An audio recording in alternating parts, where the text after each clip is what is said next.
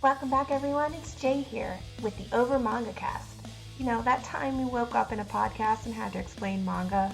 Our heated adventures over analyzing manga we find interesting.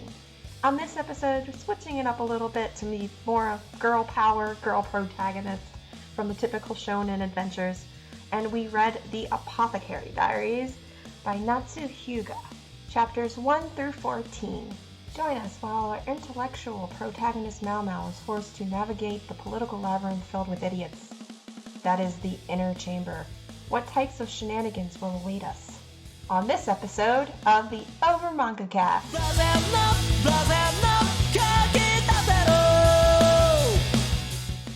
Hello everyone, and welcome back to the Over Manga Cast. My name is Sam, and as always, here at the top of the show, we talk about what our familiarity with the franchise we read this week is. I had not heard of the Apothecary Diaries before we did this episode, and so this was an entirely fresh read for me. How about you, Matt? I had also only barely heard about this, and this actually was a listener suggestion to our list, so fresh for me. All right. Jacob, how about you? Never heard of it either. Wish I had. And Jay?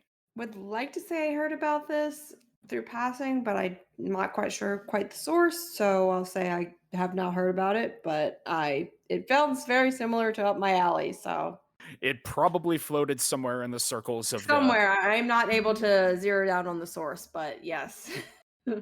But we open up our story with our main character, MaoMao, who serves as a maidservant at the inner court of the emperor. And one of the things that I quickly picked up on this manga is that it does a lot of just slice of life kind of rom-com-y shenanigans. It feels very innocuous at first glance, but there's always that like undercurrent of like, no, things are kind of fucked up, and that is made immediately apparent as the first panel of the second page is MaoMao explaining how she got here, which was she went out to pick some herbs and got kidnapped. As you do. As you do in feudal China, I guess. He's quite nonplussed about all this. Mm-hmm. I mean, That sure did happen. that kind of makes sense in like a, I forget what you call it, but like it's a Confucian society, I think. Yeah, she doesn't like it. She's not happy, but she's like, this is where I am now, I guess. I'll have to deal with it. And really, considering she used to be living in the pleasure district, she doesn't find the inner court of the emperor all that different. Still just, it's the same thing, just fancier with more money thrown around. Also the eunuchs. Whole bunch of eunuchs around. Mm-hmm. I believe eunuchs are the only males allowed in the inner court who aren't Yeah. the emperor or his blood relations. Yep. Mhm. The same different circus. The whole thing. She's just kind of like been here, done this. This is just like a whole like political, circus that she does not want to Mhm. participate in. She's just like, you guys can have it, whatever. That does not to say that she does make some attachment, I guess, from her time here. Yeah, she makes a few friends among the other maidservants, including one very chatty girl who is her main comrade.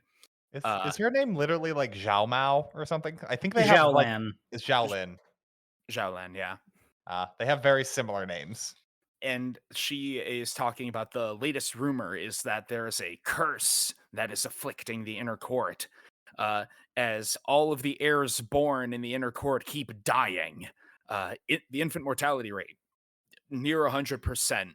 3 kids died, and now the latest emperor, who only recently took the throne, his 2 currently living kids, the crown prince and a princess, are still alive for now. Yeah, they're both not doing well. So Mm-hmm. And so MaoMao's like, it's probably not supernatural. I really just don't want to get involved. Before I came here, I was the daughter of an apothecary, and I kind of want to stick my nose in it. It's interesting. Yeah. And she also hears that the mother of the crown prince, Consort Liwa, is sick with headaches, stomach aches, nausea. She's like, wait a minute, this is all feeling familiar. And it's here where we settle into one of the patterns that happens in Apothecary Diaries, which is MaoMao hears about something and is like, oh, because of my medical training, I know what this is. I will now proceed to try to be as inconspicuous as possible while I fix it. I love how MaoMao's medical training is as broad and as wide spanning as like Conan Edogawa's like, my dad writes detective novels. I'm like, yep, sure, I guess that would explain how you know every type of drug. You know what? Why not? It's because somehow this is a mystery manga. No one told me about this until we were reading, but Yeah, it it's got dives into like cop procedural Mhm. every now and again. It doesn't like it's where a lot of like the main plot points come from, but it's funny because it does it so infrequently. It'll get you to forget about that, and then MaoMao just sticks her nose in something. And she becomes the forensic detective again. This one at least makes sense for her to unpack as she does, because after hearing about this rumor, she stumbles across a squabble between the mothers of the two currently surviving children, Consort Liua and Consort Gyokyo. I think I pronounced that right. I hope so, because she's the one that we're going to be spending the most time with. Gyokyo. Liwa is the mother of the crown prince, and Gyokyo is the mother of the princess. Liwa is convinced that the curse is Gyokyo's doing because bearing an actual like crown prince is the best way to attain a higher rank at this point, since the emperor doesn't have an empress.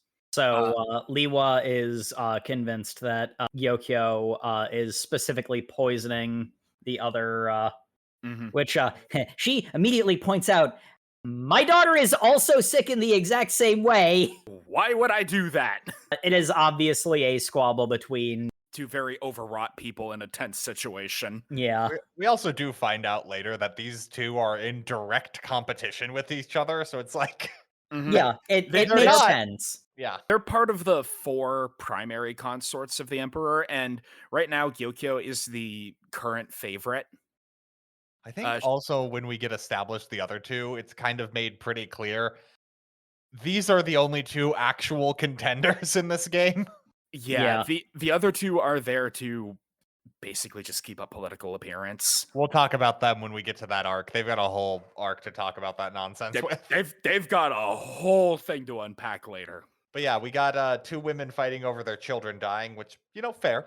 MaoMao wants to intervene, but also she's trying to appear low-key, so rather than just step forward and say what's going on. In being kidnapped, she was basically forced into a contract to stay a certain amount of time.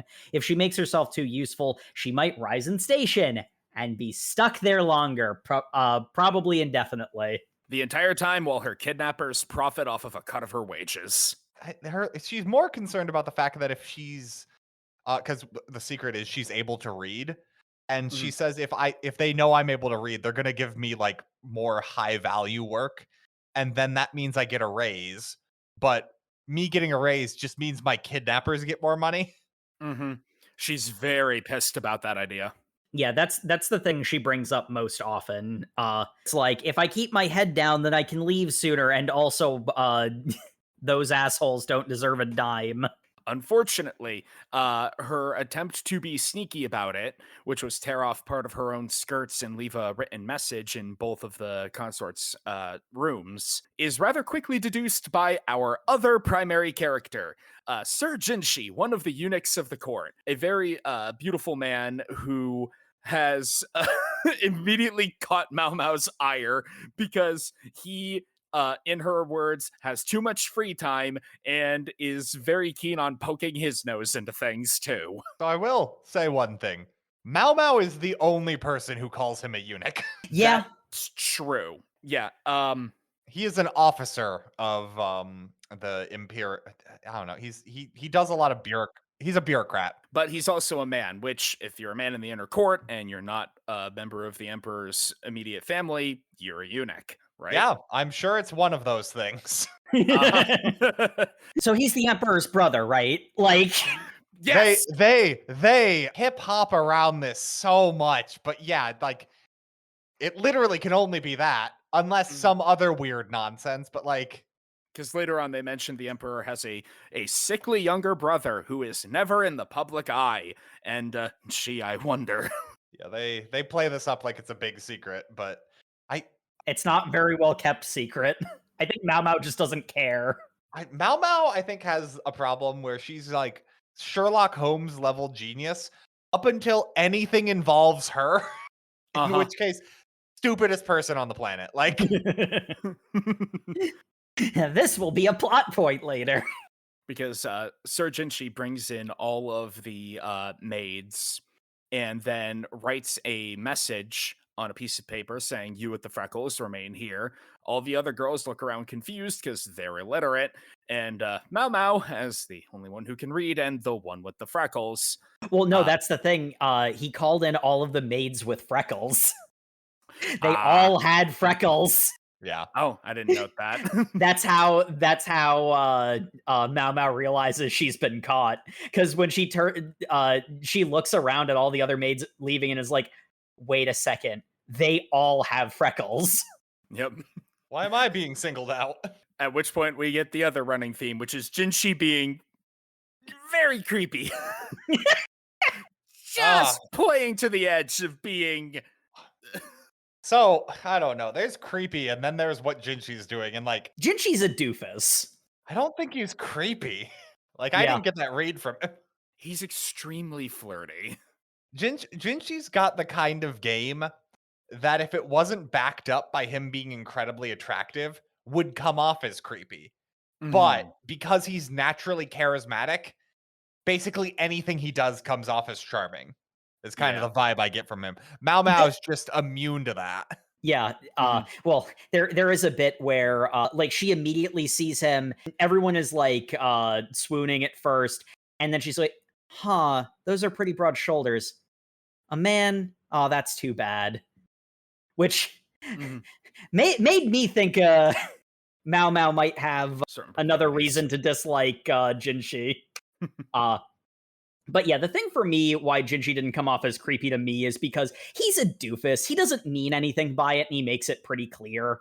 Like he's flirty, but like in a playful sense. Yeah, like he's playfully flirty. He's not like... Jinshi's been reading up on his podcast, and he's like, okay, first step, negging.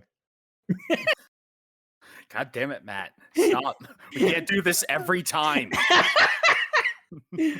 We'll get it more into MaoMao and Jinshi's relationship because it is a delight. It's the majority of the manga. Yeah, it's delightful. I like it. But he deduced that she was the one who had left out the messages explaining what the problem was. And the problem was, stop wearing the face powder, forehead, it's toxic. She wasn't actually that rude in her missive, but that is definitely her intent. That was probably what she was thinking. Because that's MaoMao in general. She is a little gremlin. She does an awful lot of restraining the sheer amount of contempt she feels for people who do dumb shit. The sheer amount of contempt she feels for most people, just in general. I love her so much. Anything that isn't her exact way of thinking is disdained by her. Because MaoMao also does dumb shit, but it's okay because she wants to. Like, yeah, she's real stuck up in her own head and is kind of a jerk for it. Like, yeah, she's a little gremlin. It makes her very interesting, and I love her. But it turns out, tragically, Gyokyo listened to her warnings, but Lihua didn't. So the crown prince perishes while the princess is still alive. And Gyokyo is so thankful for this warning that she decides to promote MaoMao from laundry maid to lady-in-waiting. She's not happy about, for multiple reasons. What do you mean I got a promotion? I was trying to not do this. I don't want a raise. I don't want to do more duties. I don't want to be around these people. Which, to be fair, I really like the head of Gyokyo's like ladies in waiting. Because when she's talking to MaoMao, she's like, "Oh, you don't want this job? cool, we can fix that. We don't keep clumsy people after 2 years. And MaoMao's just like, well, what does that have to do with? And then like has the vase she's holding knocked out of her hands onto the ground. Oh man, that was a really expensive vase. You're never going to be able to pay that off. In fact, we're probably going to have to bill. You're going to owe us money for that by the end of your 2 years. I guess we'll just send that bill ahead to who's ever collecting your paychecks currently. And she's like, oh no. I loved that scene because I was like, oh no, she's going to be like harassed and bullied by the other ladies in waiting as some sort of like weird cliquey nonsense. But no, she's actually having a favor done for her. Yeah, and very much on purpose too. Conveniently, her favor is I don't want to be here, and they're like, good. Like I don't want to be here, and I don't want my kidnappers to profit off of what happened to me. Well, I can kill 2 birds with 1 vase. Hung Yang, the head lady in waiting, is very cool.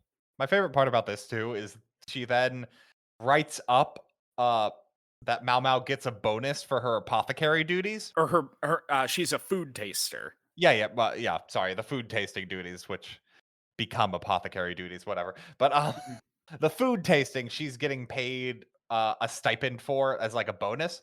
And because this is a bonus, this goes directly to her. Like this wouldn't be part of the set rate. So MaoMao's looking at it like, that's literally what I was being paid before, but now it's just going to me. Yeah, Hyung Yang is pretty rad. She's got big mom friend energy, and I like her a lot. And another thing that's nice about her is she doesn't put up with MaoMao's nonsense when MaoMao is the one being an idiot. She's very quick to smack MaoMao in the head, and she needs it often. But that was a great scene from chapter 2, and I really liked it. But we cannot pass up the fact that MaoMao is a young Mithridates. So you might have noticed in chapter 1, she's got a character design thing. Her left arm is all bandaged up. I wonder what that could be about. Well, it's revealed it's because she's heavily scarred there, not from any abuse, but because she willingly inflicted herself with innumerable different poisons and toxins in order to test her apothecary skills upon herself, rendering her immune to most poisons. Making her simultaneously the most and least effective poison taster in the entire court. Which she points out, like, she's like, well, I'll not die, and I do know what a lot of poisons smell and taste like, but I'm not a very good canary in this coal mine. She loves this. This is her favorite part of her job. The mere idea of ingesting poison has her grinning and snickering like a mischievous child. She's a little goblin. I love her so much. Everyone's looking at her eating the maybe poisoned food and laughing like, are you okay? Why would I not be okay? She's always so excited and so happy about the prospect of experiencing being poisoned. I also like, there's a bit that starts here that's pretty consistent where Jinshi will send Bishi sparkles toward MaoMao that bounce off of her. It's just a little visual gag that there's not really a good place to point. I just love that joke. She's so sick of his existence from the first time they met. She has had enough of him from the moment she met him. And he loves it because everybody is like, oh, Sir Jinshi, you're so handsome. Can I like spend some time with you? Here, have these steamed buns that definitely don't have aphrodisiacs in them. A soldier gave him those, and that's pretty yikes. But the fact that MaoMao treats him with such disdain, he finds infinitely delightful. So he proceeds to insert himself in her life as much as he can. Ooh, you're not instantly attracted to me? Yes, I want you. That makes you the most interesting person in this entire court. I think this is also the part where we get the little aside from Jinshi that reveals that what his actual reason he's walking around the inner court is that because he's so attractive, he's working as some kind of secret agent for the Empire to test the chastity of the women. All the women in the inner court are technically, belongs the wrong word, but like they're yeah, they have the potential to be consorts. So they should remain loyal to the emperor in that regard. Yes, that is a better way to phrase it. The emperor, it is revealed, is a very lusty individual, and so he will just go around to all the different consorts in a single night. I was about to say, that's pretty standard for an emperor. Like, yeah. well, And you gotta understand, when you have to create a royal dynasty, it's important that you have a son. Because of infant mortality rates in the past, you need multiple sons to make sure they make it to adulthood. Easiest way to have multiple sons is to have multiple wives. And then ad infinitum, you have way too many wives. Yep. The mathematics of reproduction. How riveting. And so, in order to make sure that these hoes remain loyal, he put the pretty boy Jinshi in there. This causes several of the lower ranking consorts to fail outright. And then Jinshi's like, yes, only 4 women have really, only 4 women have not expressed any interest in me, and those are the 4 primary consorts. They love the emperor too much. After Jinshi had MaoMao discern the presence of the aphrodisiac in the meat buns, he's like, yes, very good job. I definitely didn't already know that was there. You son of a bit. Anyway, could you make me some aphrodisiacs? Why would I? Wait, that means I get to go back in the lab. That means I can cook again. Okay, I'll do it. And then we see MaoMao allowed into the lab. And then I don't think we ever see her back in this lab. Well, now, we're in there a couple of times. Okay. She goes in there from time to time, but I think at this point she's also been like, it's after this aphrodisiac nonsense, it is revealed that, or it's made apparent to Lady Gyokyo that she is a very skilled apothecary, and so she's given freedom to go around and start picking herbs. Yeah, and she likes to gather her own stuff, but they'll occasionally have meetings there, and she'll occasionally grab a thing or two from. Gotcha. The actual court physician is a minor character. He is a quack, and he is very jealous of how good she is at the job. That is true. I wonder how much of that is MaoMao's perception of him, and how much of it is he is that incompetent, because it's told from MaoMao's perspective. I don't think he's very good at his job, but I also don't think MaoMao respects anyone else's ability besides her own and her father's. Yeah, I think he's the inner court physician. The emperor has his own physician that MaoMao seems to hold in a higher regard. I think the whole deal with why this guy is such a quack is he has to be a eunuch. So it's like they trained a eunuch to be a physician because you can't have men in the inner court. And whoa, we're going to let women be doctors now? Ridiculous. Could never happen. Main character is a doctor. Yep. But we have one of my favorite pages, which is MaoMao getting let into the reagents room, and her just going around to the various shelves of ingredients like, yes, yes, yes. She looks so cute. She's just like Gremlin walking around like, look at all this stuff. She's pawing towards the shelves. They build this up so much as like, yes, we're going to watch a mad scientist. And then we find out the aphrodisiac is just chocolate and booze. Like, I mean, what more do you need?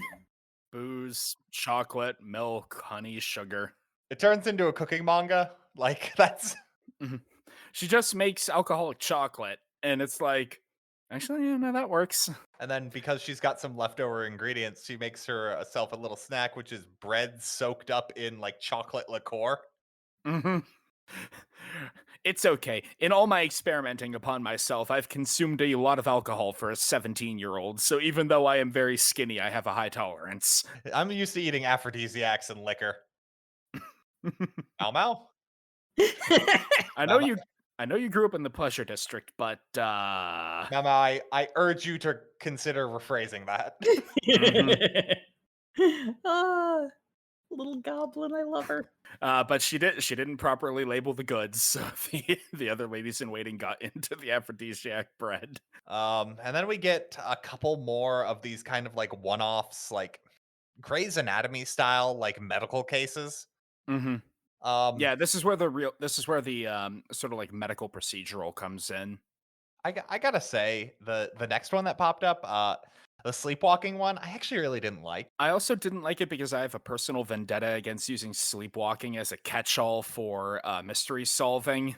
That's mostly because I read a bad mystery and novel about it in the past. So yeah, but the whole thing about that, it does introduce a important thing about Mao Mao's character, which is why it's important we talk about this. But the whole Mhm. deal is they're like, ah, yes, there is a ghost, but that ghost is actually a sleepwalking woman. Why is this woman sleepwalking? We know this exact woman, and she's also going to marry a childhood friend who is a soldier who worked his way up, and the empire and the emperor is no longer interested in her.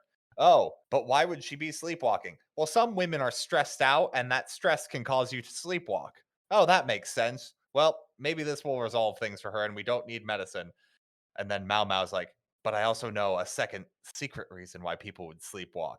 Because when I mentioned there was a woman in the pleasure district that sleepwalk, I didn't mention there was a second case of a woman sleepwalking. And this one turned out to be her lying so that she could get out of her like whore contract so that she could marry a man and go be a housewife. Turns out sometimes people will lie about sleepwalking so people think they're mentally ill and won't want to be in a relationship with them. Yeah, I get what they were doing, but it's just like cool. it feels a little overcomplicated when you have to weave in because like the short summary is she was brought in as a consort, but she had a childhood love that she wanted to be with. Mhm. So she intentionally was a bad consort so that the emperor wouldn't be interested in her. And her childhood love went to become a soldier who an unwanted consort could be married off to. Yeah, and then at some point she started sleepwalking in addition to just being bad at being a consort. Like it Again, using sleepwalking as a catch-all for mystery reasons is bullshit, and it makes me mad. But the problem is the sleepwalking is never even part of the mystery. It's never like they don't know who the ghost is. They know immediately. It's the woman who sleepwalks. Why is she sleepwalking? Probably stress. Oh no, it was a lie. I also knew that the entire time. So it's like, it's not even a mystery. It's just Mao Mao telling you a story that goes through some plot twists. Mhm. Yeah. I mean, I think the purpose of this chapter is to like give you like the idea of like the nature of court life and Mhm. like the duplicity of it. Yeah. It's also to establish some of Mao Mao's character. Yeah, like that's the important thing is that she doesn't give the official report about she could also just be lying about sleepwalking because she doesn't want to be with the emperor. She Mao doesn't tell anyone officially that. Mhm.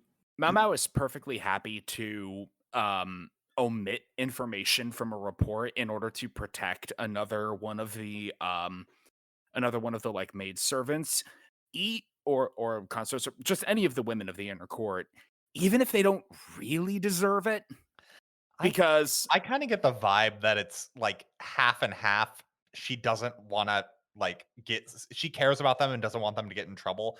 And kind of Mhm. a counterpoint, she doesn't want someone's death on her hands.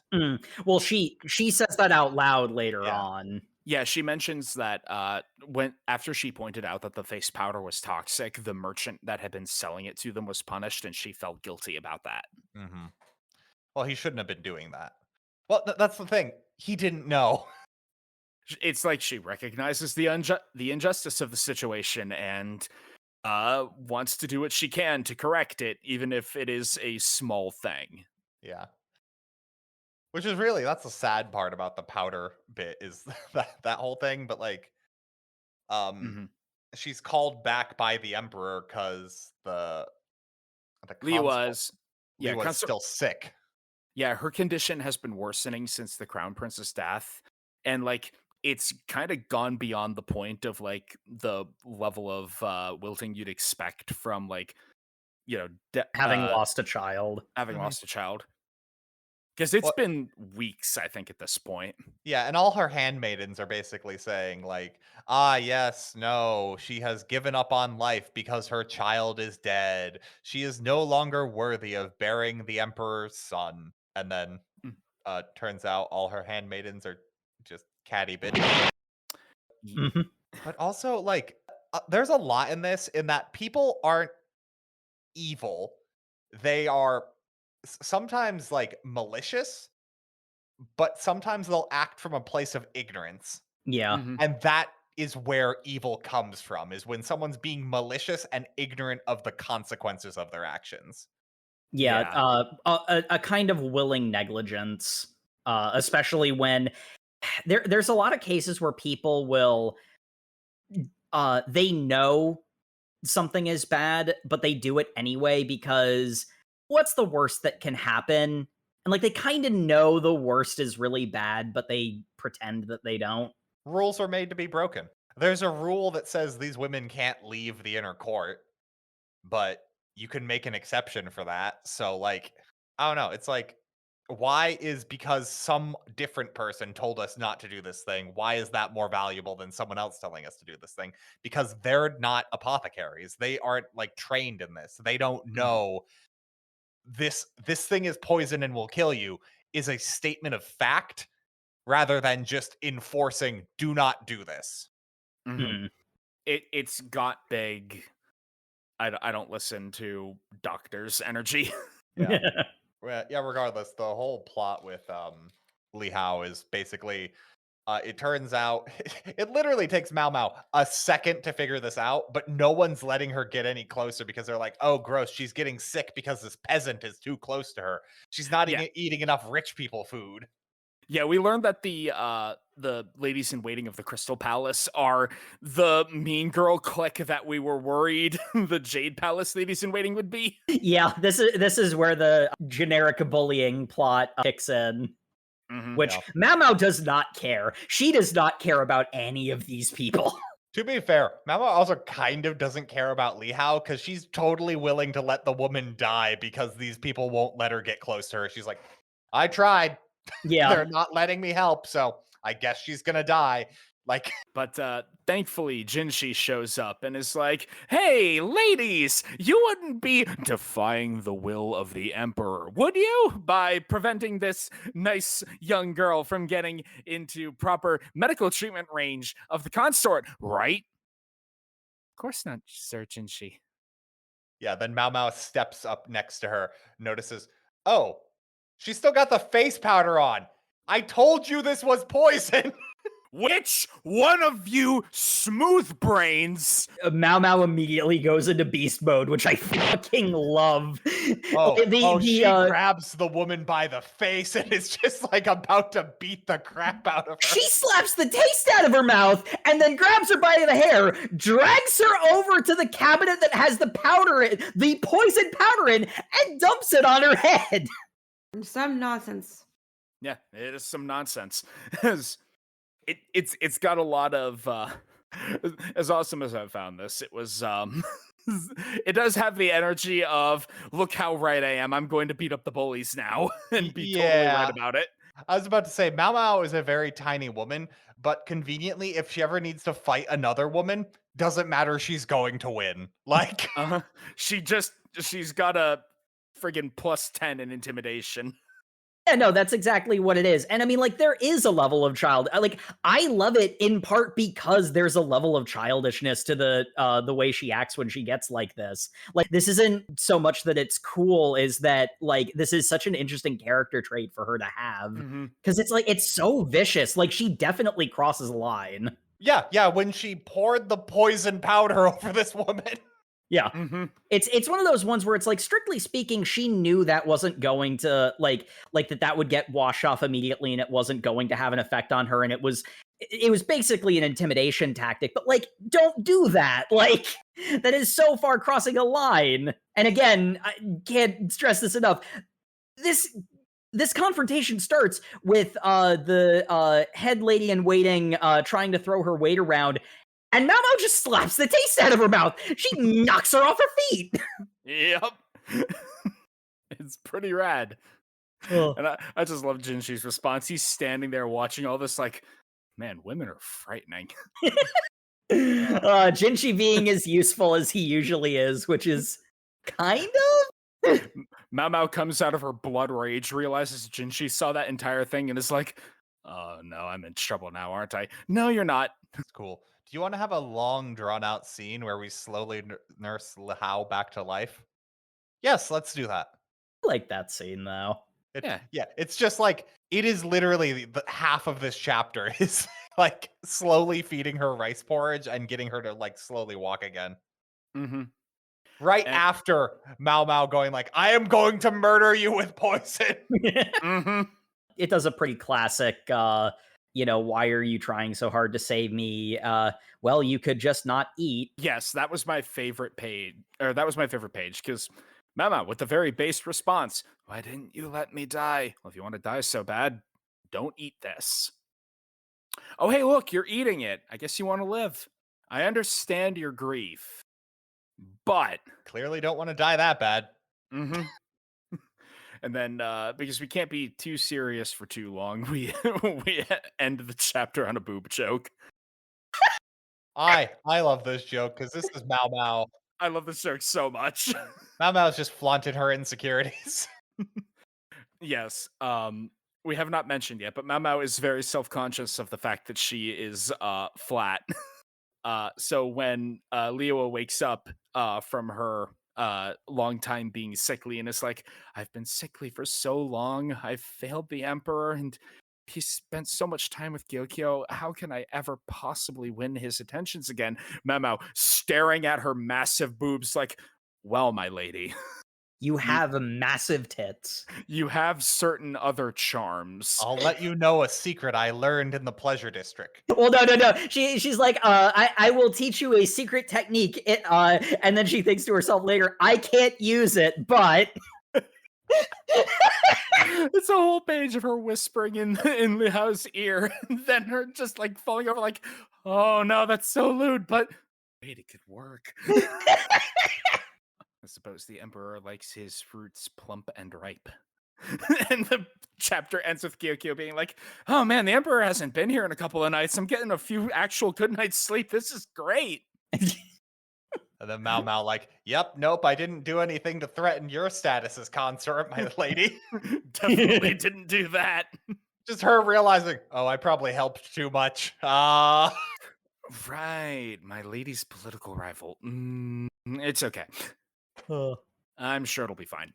Look, I'm just saying, I think MaoMao might have some preferences. I don't know. I don't know. I didn't get that vibe. I'm gonna be honest. I think she's definitely, I don't know. It's a bunch of little things. If it doesn't go anywhere, I wouldn't be surprised. But she is definitely cognizant of the female form. Yeah, Which could be entirely just because she grew up in the pleasure district. She just is cognizant of that because of her upbringing. it very well might not amount to anything. But there were a couple of cases where. No, what do you mean by that? What do you mean by that? What do you mean by that, MaoMao? What do you mean by that guy's got a very athletic build? Because man, Jinxi's like attendant. She goes all in on that guy. Like, this guy is way too attractive to be in here. He can't be a eunuch. He definitely has goods. His treasure has not been lost. Yeah, that was another reason we needed the sleepwalking chapter. We needed to introduce that character. I mean, you could have just introduced him again. The next time he's basically introduced like that the same way. Like, now we've had enough episodic procedural stuff. It's time for our first major arc, which is the Spring Equinox Garden Festival. Nobody is happy to be there.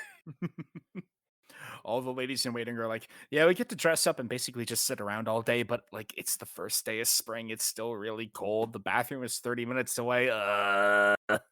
Well, you see, you stupid prehistoric women, I've invented a technique called putting a hot rock inside your clothing.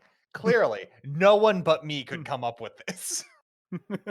I mean, that seems to be the rest of the palace's reaction. Like, seriously, it's as if she invented fire. Yeah, it's a little ridiculous. MaoMao was like, oh yeah, I give myself an undershirt and sewed a pocket into it so I could put a heated rock in there and keep myself warm.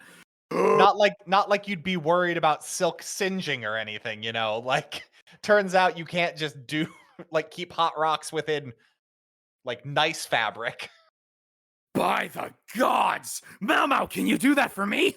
By the gods. you person with an average high school education who has isekai themselves back to our prehistoric time, you are a god among men. Look, we're not reading Dr. Stone this week. Dr. Stone's at least aware how insane it is. In this preparation for the festival, it's here where it is also revealed one of MaoMao's characteristic features, besides her flat-chestedness, is that she has freckles. And as the other ladies in waiting are basically pinning her down to do her makeup, because she wants to do it herself. Mm-hmm. They realize that, oh, wait a minute. She doesn't actually have freckles. She's been painting them on herself as makeup. And it's like, well, I wonder why she would do that. And it's explained in the next chapter. Well, you see, I grew up in the pleasure district, and anything to make yourself less immediately attractive to the various lechers that wander the alleyways looking to snatch women is a defense mechanism. Okay. Arc. Again, this manga being fairly lighthearted, and then just this undercurrent of, oh yeah, no, this is an entirely different time and place, and is very kind of fucked up in that regard. Yeah, MaoMao's taking it in stride, I suppose. Mm-hmm. Oh, that's just how life kind of works. So you deal with it. She takes it fully in stride. Jinshi seems very distraught as she tells this story, because he comments on the fact that she doesn't have her freckles anymore. we see the main, like, not the main crux, but like one of the important plot points of the garden party arc. Trinkets. So many trinkets. All of the hairpins. Yep, MaoMao is given a necklace by Lady Gyokyo, which indicates that she is one of her ladies in waiting. At which point Jinshi is like, "Here, have a hairpin." What am I going to do with a man's hairpin? Shut up. And all the other girls are going, ooh! It's very obvious what all of this means, and MaoMao just is not paying attention. You just went and stabbed this into my hair. You scraped my scalp. That hurt, you asshole. I bet I could sell this. This looks pretty valuable. That's a reaction to most things handed to her. But yes, we are about halfway through our reading, so before we get into the garden party itself, let's take a quick break to refresh ourselves before this nonsense. Oh. The various heavy things we'll have to unpack. We'll be right back after this.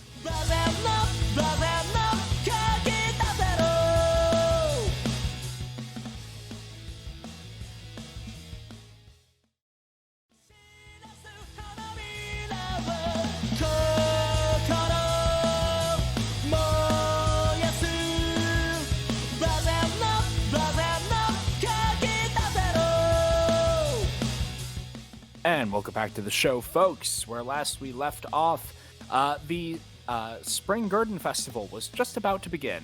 The ladies in waiting of the Jade Palace, along with Lady Gyokyo, went to attend this very fancy party. Except it is the first day of spring. It is cold. Why are we here in all these thin silks? Oh God, it's so miserable. Who's even here? Who is even here? Well, the Emperor, for one. Yeah. Yeah, that's pretty important. Mm-hmm. And secondary, his mother. Empress Dowager. Who is so... They explain how she is the Emperor's mother. She is the current Emperor's mother. Yeah. Biologically, she birthed the Emperor. And if you do the math, it gives you such an uncomfortable number, it was censored. Uh-huh. She was only bleep years old. And MaoMao looks visibly ill at that. She must have labored very hard. Yeah, well, now she gets to go to numerous garden parties, so, I mean, did she win? That is way too much for us to unpack on this podcast. We're going to move on. But we learned that the current emperor's father, the late emperor, apparently did really like him young, because after some more petty squabbling with Lady Liwa's ladies in waiting, we get introduced, because the entire point of this garden party is it is the 4 imperial consorts. Mm-hmm. Empress. So, I mean, them bitches really have whatever standing they have. Mm-hmm. but they're not the Empress. Yeah. Because if there was an Empress, this party would only be her and the Emperor. But there's not, so things get more confusing. Yep. And they get way more confusing because we get a little bit of drama between the other two unnamed consorts we hadn't brought up yet. Known by their titles, the Pure Consort and the Virtuous Consort. Terrible names. Yes. All of the names are terrible, frankly, but... We learn that the last Emperor, they are basically mother and daughter in terms of, like, age and... maybe not biologically, I think, but, like, in terms of marriage connection. Yes. So, mother being that she was attached to the previous emperor before he passed away and was subsequently absorbed after the current emperor came to power. So, yeah, they're in like a weird step relationship because it's stepmother, stepdaughter. Technically, now they're both married to the same person, and it's caused a lot of drama. So what happened was one of the consorts was married to the emperor, the current emperor, when he was the prince, which makes her the daughter-in-law or stepdaughter, I suppose, to the consort who is married to the emperor. The last emperor. Yes. But when the last emperor died, that consort became a nun, or took a monastic vows. A monastic vow of like, yeah. And none is sort of the Western concept of it, I think, but it's the best parallel I had. I kept reading that wrong, hearing Masonic vows, and I kept thinking she was in the Illuminati. Goddamn Illuminati. Basically, yes. Yes, she's in the Illuminati. That would make more sense. So conveniently, that makes a lot of sense because there's some weird political shenanigans that is even causing this to be a thing. Because the whole deal is, it's insane that these two women are even in the same running, because a consort from the previous generation and the current emperors, like, just by the nature of how generations work, shouldn't be mixing up as much as they are. But unfortunately, we do find out there is we've gotten over this. The pure consort is 14. No, the virtuous consort is 14. Terrible names. Yes, yeah. That's why I hated these names. They have actual names, but they're mostly just called by their titles. The virtuous consort is 14, and the pure consort was 30 at the time of the last emperor's passing. So MaoMao very reasonably assumes that the older pure consort was the last emperor's wife. No, it is revealed that the very young virtuous consort, who was 9 at the time, was the last emperor's wife. And the current emperor was married to the pure consort when he was the prince. Question, why do the rest of the ladies in waiting, so not the consorts themselves, give her so much crap for, oh, you are technically, like, not a gold digger, but I mean, like, you were literally a child, not even, like, romantically involved with the emperor, but technically only. But that's kind of why. They're catty bitches. Yeah. And more importantly, they know her placement is purely political. Yeah. And that makes her not belong here. Yeah, because after she was done being a child wife, she went to take up monastic vows. And then, because of reasons that has not been explained in our reading, she was thrust back in as another consort at the ripe old age of 14. Because of all of the age shenanigans, MaoMao is rightfully horrified. To be fair, MaoMao is just like 14 is kind of young for a wife. But then when she does the math, she's like, wait, no, this is actually really bad. 9. I mean, I think it's more of the outrage of the fact that she's a quote unquote leftover wife at 14. She's not even like original clean slate. Oh, you were just a young wife. You were literally a leftover and a leftover wife. That's why Lady Li Shu, we do actually get the virtuous consort's name. It's Lady Li Shu. But that is why Lady Li Shu's ladies in waiting don't like her. MaoMao is like, that's some pedophilia right there. To be fair, the current emperor, it's pretty clear this is just politics that's happening. Yeah. Because MaoMao points out he doesn't seem to particularly favor her, and has this is the case where we get like the second or third time MaoMao makes the ripe fruit metaphor. The current emperor likes him of age and likes him with big titty. Yeah, he likes full volume, full-bodied women. Mhm. He likes a certain type of women. Which makes Gyokyo's high standing particularly impressive, because while she is not as flat as MaoMao, she's not as voluptuous as Li Hao.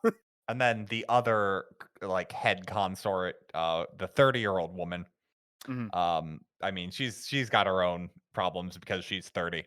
Like 35 at this point, I They think. also talk about how that they also talk about how that is like political, because they're like, okay, there's a reason why she's still even in the running. There has to be like a political connection. I mean, to be fair, yes, at 35, that starts becoming there starts being actual concerns about whether or not you can do the job. And she was the wife of the emperor before he became the emperor, when he was the crown prince, which is probably the reason she's still there. So, but she doesn't get explored in this particular reading, so we're going... As we established earlier, these two aren't really... The emperor needs to pick 4 favorites. These two are barely even in the running. He pays attention to them as is politically required. But... I mean, that kind of provides a layer of that a lot of guys might not consider, of there's not just, oh, which one is the one you want to really like lay down with. It's like there's also a political standing to this, that you have to actually garner favor with families that are pretty prominent. You can't just decide, I like this one, she's really hot. Also, those families want royal children. Yes. Is the other thing. Like, yes. You just can't pump them and dump them, guys. Turns out, when you turn the prospect of creating children into a business, you run into some weird territory. Like, yep. I don't know what to tell you. It gets uncomfortable very fast.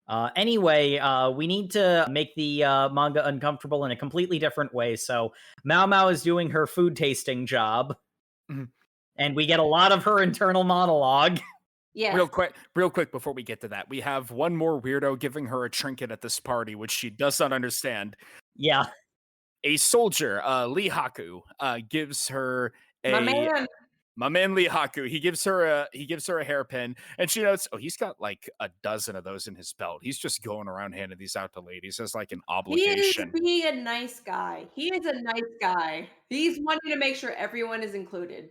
Yeah, my man Lahaku is literally just going, it would be incredibly embarrassing for any of the women who showed up to this event to not receive a favor. So he just brought one for everybody. Yeah. And MaoMao does not understand the significant, because all the other girls are just like, ooh, you've got 2 favors now. Oh, Lady Gyokyo's not going to like this. Are you on about, you weirdos? They tried to explain it to her, but she wasn't paying attention. She's got this very adorable, just blank stare towards the camera. And even eventually, like, Lady Goku is just like, oh god, you don't understand the implication, but I will allow this. It's just... You poor naive child. This is the thing I say, how MaoMao kind of flip-flops between being Sherlock Holmes level genius and like complete idiot. Because this is just willful ignorance about a crucial aspect of her life. Oh yeah. Yeah. No, she desperately does not want to be a part of these courtly political bullshit shenanigans. She keeps getting dragged into it because at this point, how could she not? She is a lady in waiting of a favored consort. Also a pretty extreme person. She's still acting like she can just keep her head down. Like, just like, nose to work, be on my grind, get out of here in 2 years. I mean, I have to give props to her consort, though. The consort is just like, yeah, she's just an innocent person. She's not like, you know, really giving her the rub there of like, say, like, oh, she's trying to, you know, get one over on me or anything, or she's really trying to work the system. No, she sees her for like, oh god, you poor naive girl. You poor dumb child. Oh, I don't want you here any longer than you need to be. I do really like Gyokyo. She's a lot of fun. She understands the situation, which I appreciate. She's very politically cognizant. She doesn't do anything that would be disadvantageous for herself, but she is having so much fun. She loves creating shenanigans that leave her just rolling laughing. That's the reason she loves MaoMao so much, because MaoMao just creates shenanigans to laugh at. She's having a blast. So I also kind of get the vibe that Gyokyo is purposely also real on board with MaoMao needs to get out of there. Mm-hmm. She doesn't want to keep her around because this doesn't get mentioned ever again, but it is brought up by Jinsei at the very beginning that women in the inner court are ranked upon 3 things: their beauty, their virtue, and potentially most importantly, in terms of siring a good heir, their intelligence. Mm-hmm. So MaoMao being so smart. And when they find out her freckles are fake, suddenly she's pretty good looking. So, oh no. Mm-hmm. Even if she does not have the bountiful fruits the Emperor is so happy with. See, that's personal preference. The Emperor can still do his job, which is siring an heir. Yeah, that's sort of the big thing, where there's already 2 political elements in the 4 main consorts, so Please, she could be made a 5th. I thought there was a whole thing about there was 4 main ones because of the 4 cardinal directions or something, because they're each given a certain color. They're giving we're giving a color, they're giving a gem, everything. Meanwhile, he still doesn't have an empress. So once the empress sweeps in, though, the consorts are knocked down a peg. Mm-hmm. Yeah, because Liua is black, Gyokyo is garnet, Lishu is white, and the other one is garnet, which I thought was also red. Maybe I'm just misremembering. So one is black and red, the other one is garnet and green, actually, because it was to complement her red hair. And then right, that's Gyokyo, because her thing is red and green because she's got the red hair and the green eyes. And they make a lot of points about how she is able to wear red best in all the land. Mm-hmm. Well, I mean, she looks good in it, so I mean, yeah. It would be really embarrassing if anyone wore a matching color. Yeah. Hey, Lady Lishu, why are you wearing pink? Because I'm literally a child. I am 14 years old and do not have the mental capacity to understand these shenanigans. There is a bit before all of this where another hairpin, this time from Li Hao, in gratitude for saving her. At which point the other ladies in waiting from the Jade Palace are like, ooh, this one might actually piss off Lady Gyokyo. Gyokyo better be real cool about this.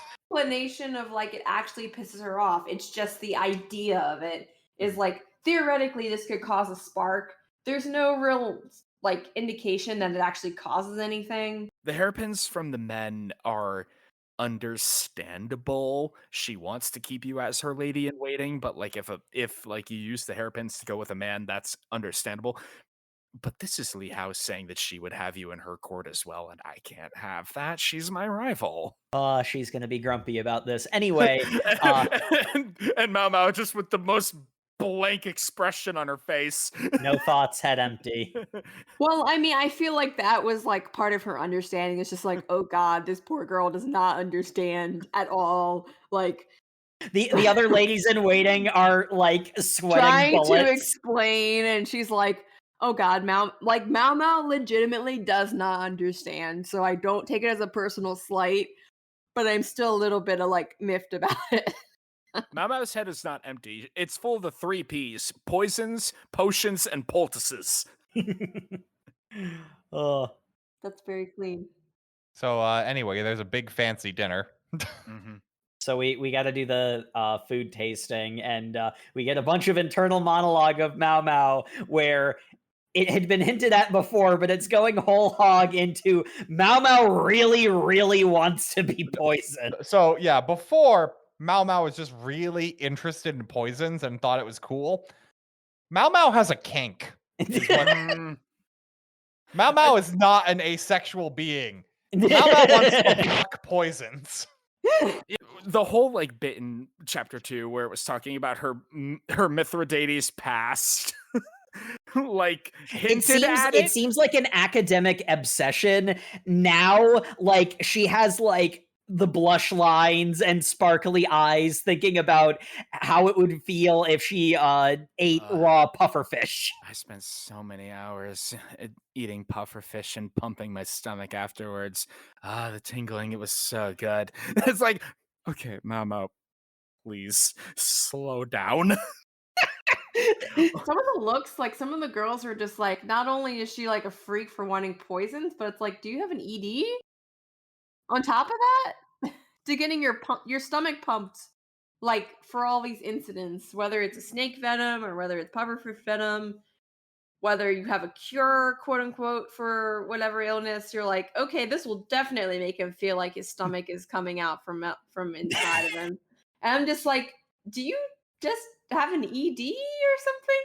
I just want to savor that numbing sensation on the tip of my tongue. It's like, okay, girl, calm down. You are the only one who is blushing and like rubbing at your own face, while all of the other poison tasters are quaking in terror. There are a couple of looks from some of the people I'll have what she's having. There is a crowd of officers and the Emperor watching these people taste test the food they're going to be eating. And she's just like, oh yeah, give me that toxin, baby. And it's actually because of her reaction to the thought of these toxins that leads to the fact that this general is apparently poisoned, because he's like, well, it looks like she really like enjoyed that. I mean, I want what she's having. Oh, yeah, because over the course of the meal, the different courses and drinks and such are served, and for the soup, she gets something. We get a bunch of glamour shots of MaoMao enjoying the soup. MaoMao has orgasmed. If I were just a bystander, I'm like, heck yes, I want what she's having. And it's like, no, there's poison in this. I'm just going through a thing right now. It's more so than just the I'll have what she's having reference. It's literally that scene from the movie, because this crowd of people are watching MaoMao just orgasming over how good this poison is. Mm-hmm. I'm like, yeah, if I were the bystander, I'd probably do the same thing, because she looks like she's having a good time. There's a whole page of her blissed out expression. I'm just like, okay. Like, pause the podcast right now. Go bring up YouTube. Go watch the trailer for the anime. It's literally in there of just this scene, because that's how you market this. How do we get guys to watch this Josei series? I know. Yeah. So go ahead. Go watch that. You've probably paused this already. You're probably driving your car right now. So go watch this. Don't just be safe while driving, okay? Not. Do whatever you want. I'm not a cop. After MaoMao is done coming down. Oh yeah. There's a fun scene of Jinchi goes to find MaoMao because she excuses herself. Probably should have done that earlier. And MaoMao turns around as Jinchi's approaching, and it's the first time he's seen her like actually smile, and the look on his face of she was just like splashing her face with water to like calm down, because she recognized that she was getting a little too hot and heavy over this. And she's like, oh, I excused myself specifically to take care of this. And he's like, you've already done damage, girl. What the hell was wrong with this? I think she's supposed to be washing her mouth out, but honestly, Jay's explanation is funnier. She's just like, hold on, Jinchi, you've got some explaining to do. You weren't here the entire morning of this arc. What's up with that? Also, conveniently, the Emperor's brother wasn't here when he's supposed to be here. Why are you two never in the same location? You silly eunuch. He's definitely a eunuch, right? Definitely. He's Absolutely. definitely a eunuch. Yes. Well, considering... By her own description of eunuchs, he does not fit the criteria. So I'm like... So to be fair, there is a bonus chapter in the manga where she could be pretty clear. She should know if he's a eunuch or not. She's very specific. I'm just saying. We'll talk about it when we get to that scene, because I loved the bonus chapter. Mm-hmm. Oh, the bonus chapters are great. But like while we're all having this good time of MaoMao detecting the poison and getting off to it, yeah, funny ha-has, there is actual drama ongoing because she notes that, wait a minute, I have been a part of Lady Gyokyo's court long enough to know what her usual meal plan is, and this is not it. Something has been swapped out here, and I see that her usual shellfish meal is over there with Lady Lishu, who looks freaked the hell out, and her poison taster is grinning like the Joker. Yes, because Lee, and we'll go into this later on, but technically a shellfish sensitivity is not a poison, but it is very uncomfortable, as those with dietary intolerances will know. So it's just kind of like, I know what's coming. It's not great. Technically, it's not poison, but I'm not looking forward to this at all. They're abusing a 14-year-old's allergenic reactions in order to harass her. Be petty about circumstances that she doesn't seem to be entirely on board with herself anyway. Oh, what? Baby thinks crabs are gross? Ew. It's seriously the mentality. I'm actually going into anaphylactic shock. I can't breathe. To be fair, she ends up just getting hives, but it could be. Well, yeah, that's what MaoMao points out. MaoMao points out that could kill her. Yes. She's very lucky she had a relatively mild reaction, but the fact that even the consort gets a little antsy is like, she's had reactions before. She knows this is something that is going to react negatively. So while everyone acknowledges that this is not a poison in of itself, she's like, this is going to be a bad ride. I don't want to deal with this if I don't have to. But this is where things start to get a little complicated because MaoMao notes how Gyokyo's usual meal was swapped, and the shellfish is now with Lishu, who is freaking out, and her poison taster looks devious about it. And it's like, okay, so I'm technically tasting Lishu's food right now. Oh, hey, poison. Yeah, damn. and like as she's like explaining this, like after the event, in the after action report with Jinshi. She sits down the virtuous consort and her head lady in waiting, and she's spelling all of this out. The one who had the devious smile. And as she's spelling all this out, she basically says, to paraphrase, boy, it's a good thing somebody who was handing out the trays was fucking incompetent, because everyone involved should have known that she can't have shellfish. Somebody swapped them out and better not do that again, hint, hint. If this was intentional, it would have been a poisoning. Good thing it was an accident. I have created a comprehensive list of allergens. Here, head lady in waiting and poison tester, please memorize this, or else. I also like how we get established that MaoMao is allergic to soba, but that creates a weird question of why is she not eating soba all the time? Because it's an allergy. It's not poison. It's different. Okay. She doesn't get off to the throat clenching and the hives. She gets off to the numb feeling. I'm gonna say right now, I don't think that's true. MaoMao would get off to the throat clenching. Yeah, probably. But more importantly, we've completely gone over. That was the salad that caused all of this. The soup itself was poisoned. Yeah, and that's sort of the soup had the stuff in it that had MaoMao getting wild. Yeah. Oh yeah. And that was sort of like how MaoMao framed it with boy, it's a good thing somebody was incompetent and had the dishes switched, because otherwise it would have been the virtuous consorts. So I don't fully understand this because there's a scene that caused me to burst out laughing when MaoMao invents fingerprinting. Yeah.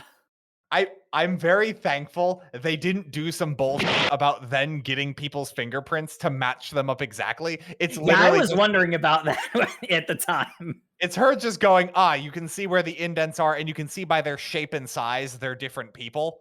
Yeah. So that's fine. And the other important part is there are fingerprints on the rim, which the attendants are never supposed to touch, because that's where the lips of the actually important people go. But Yeah. based on where the fingerprints are, it's established that the attendants moved the bowl.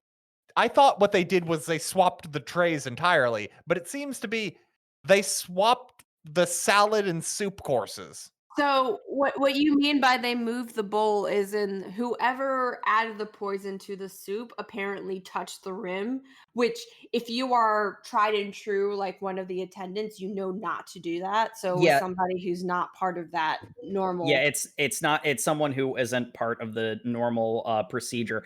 What's going on is MaoMao identifies there's at least 2 people who should have touched the bowl, and there's 3 distinct sets of fingerprints.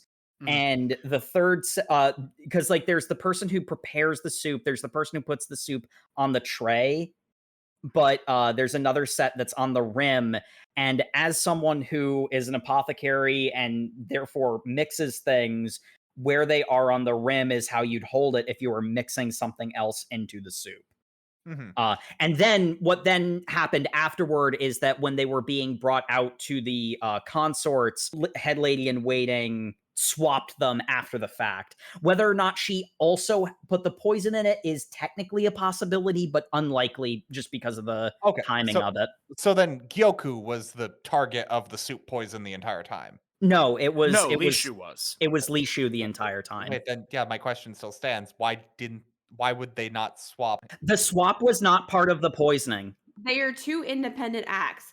So the lady in waiting, it's hinted at the fact that she wanted to get one over of her lady by just saying, okay, I know she can't have certain shellfish and fish intolerance or whatever. So I'll just get one over of like swapping over a dish. She did not anticipate having a poison soup dish also be involved. Also be on that tray. Yes. So it's kind of like you anticipated one course. Oh no, wait. A second course got thrown in. No, yeah, wait, no. Hold on. I think Matt's right. What? They make it clear she swapped the salad course. So that the shellfish, the poison soup was for Lady Gyoku, but no, they spend a lot of time saying that it wasn't for her. But yeah, I think they swapped the trays, but then they also make it clear. it's the salad that she was allergic to because the salad had the tuna or something in it. Yeah, the meals came. I think the meals came together. Like they were on different trays, but they were all part of the same entourage. So that's why the swapped the salad and soup were swapped together, basically. But it's not exactly clear whether or not it was like in tandem. No, yeah, because they make the whole thing about that. This is why I brought up the fingerprints. That's a whole thing, is that there are 4 sets of fingerprints on the salad bowl. No, on the soup bowl. So this actually carries into the next mystery, since we're apparently like a Conan mystery series. But yeah, so it turns into whether or not the original perpetrator had malintent or they were just trying to like prank somebody. Well, I mean, pranks, whether or not that's dangerous, because it is examined that the thing with the lady in waiting is that's that thing that we mentioned earlier of she probably knew this was potentially lethal, but was kind of squinting past that for the sake of her. I think she genuinely didn't know it was lethal because she seems very worried with. Yeah, she seems horrified when MaoMao is explaining that. She's like, she could have died. This is not just a prank. And the lady in waiting is like, oh, she could have died. Oh no. Yes, you were very lucky that she has hives. She could have freaking died. Wait, then do we find out who poisoned the soup? No, we don't. We have no idea. But someone wanted. Yeah, but I mean, like, that's where it becomes kind of muddy because it's like, it's obvious someone poisoned the soup. The soup poison would have potentially killed somebody. But that is separate from, the salad course getting mixed up of like, okay, this person happens to have a food allergy versus the other one who eats this is in a panel. I see where the confusion is.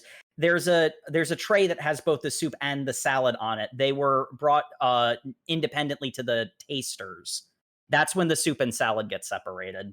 Oh, Yeah, because okay. I know they stated out loud that the soup and salad were attached to each other when they were brought out, but they have a flashback of them on the tray. So when they're presented to the consorts, they're together, like the dishes are together, but when they were brought to the tasters, they were separated. Gotcha. So the point of all of this, because this is MaoMao's takeaway from it, is that poison was aimed directly at the virtuous consort specifically, and the fact that it accidentally got swapped to Gyokyo, and I was the one tasting it, was an accident. Mm-hmm. So there's two plots at cross. Yeah. The ladies in waiting being petty and the actually politically motivated assassination. Yes.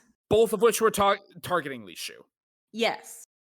And managed to save the life of the petty poison taster. to be fair, funnily enough, petty poison taster did not deserve to die. Like, yes, that's also true. Also It true. was just a prank, friend. It was just a prank. It's a prank, bro.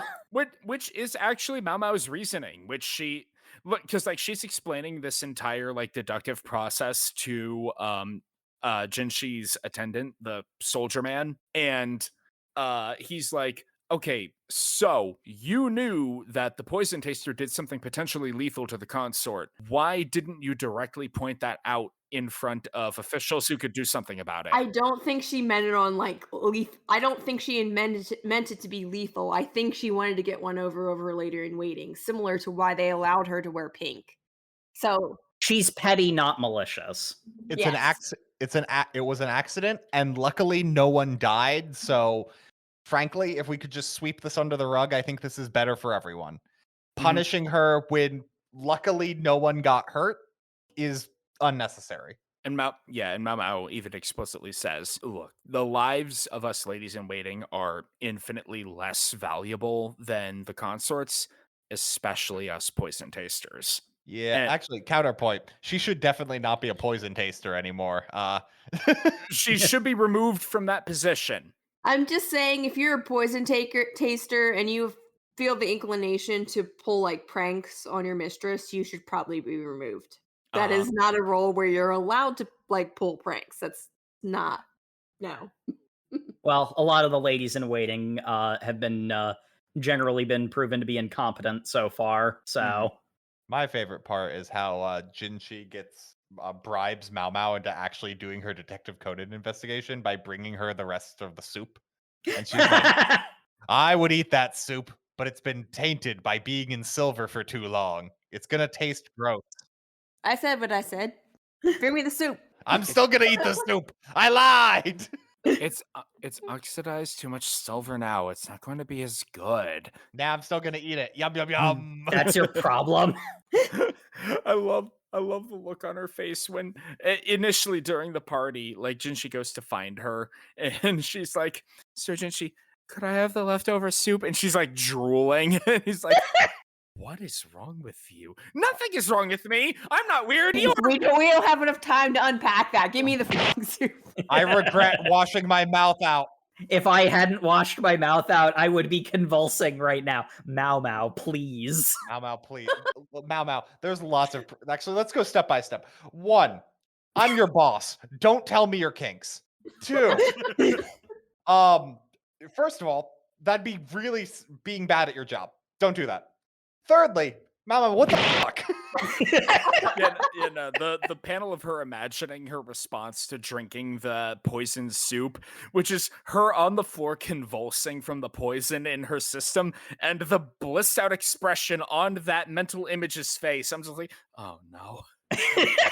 Yes, unfortunately, I envision as these things go of him continuing to be grossed out by her reaction, but also unfortunately be normalized to just like, oh god, this is a kink, isn't it? Not Jinsei's into it. He's into it. He's got that degradation kink, so they're in sync. Yes. Actually, the kind of funny thing is that because MaoMao is smiling so much and Jinsei had enjoyed her comparing him to a slug, he doesn't seem quite as enamored with her as he usually is, which is goddamn hilarious. He sees her smiling and he's like, "Oh, you're just like all the rest of them, aren't you?" Gross. You're not my ice queen. What is this nonsense? She's such a little goblin. I love her so much. I need a short stack Dami mommy. I need to get negged. God damn it. Negged and pegged. Don't bully me, I'll come. Basically. That's their relationship. That's actually their relationship.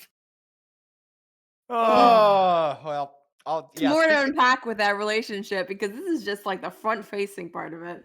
Oh God. Speaking of Jinshi, the end of this arc is when we get the manga telling you, hey, did you think it's weird about Jinshi? Some secrets there. Like, yeah, we get it. He's the Emperor's brother. Or something else convoluted that's going to make it not as simple as that. But, that's basically what's going on. Because MaoMao is like dead set on him being a eunuch, and I'm just like, despite the fact that you lay out your quote-unquote criteria for a eunuch, and he meets none of them.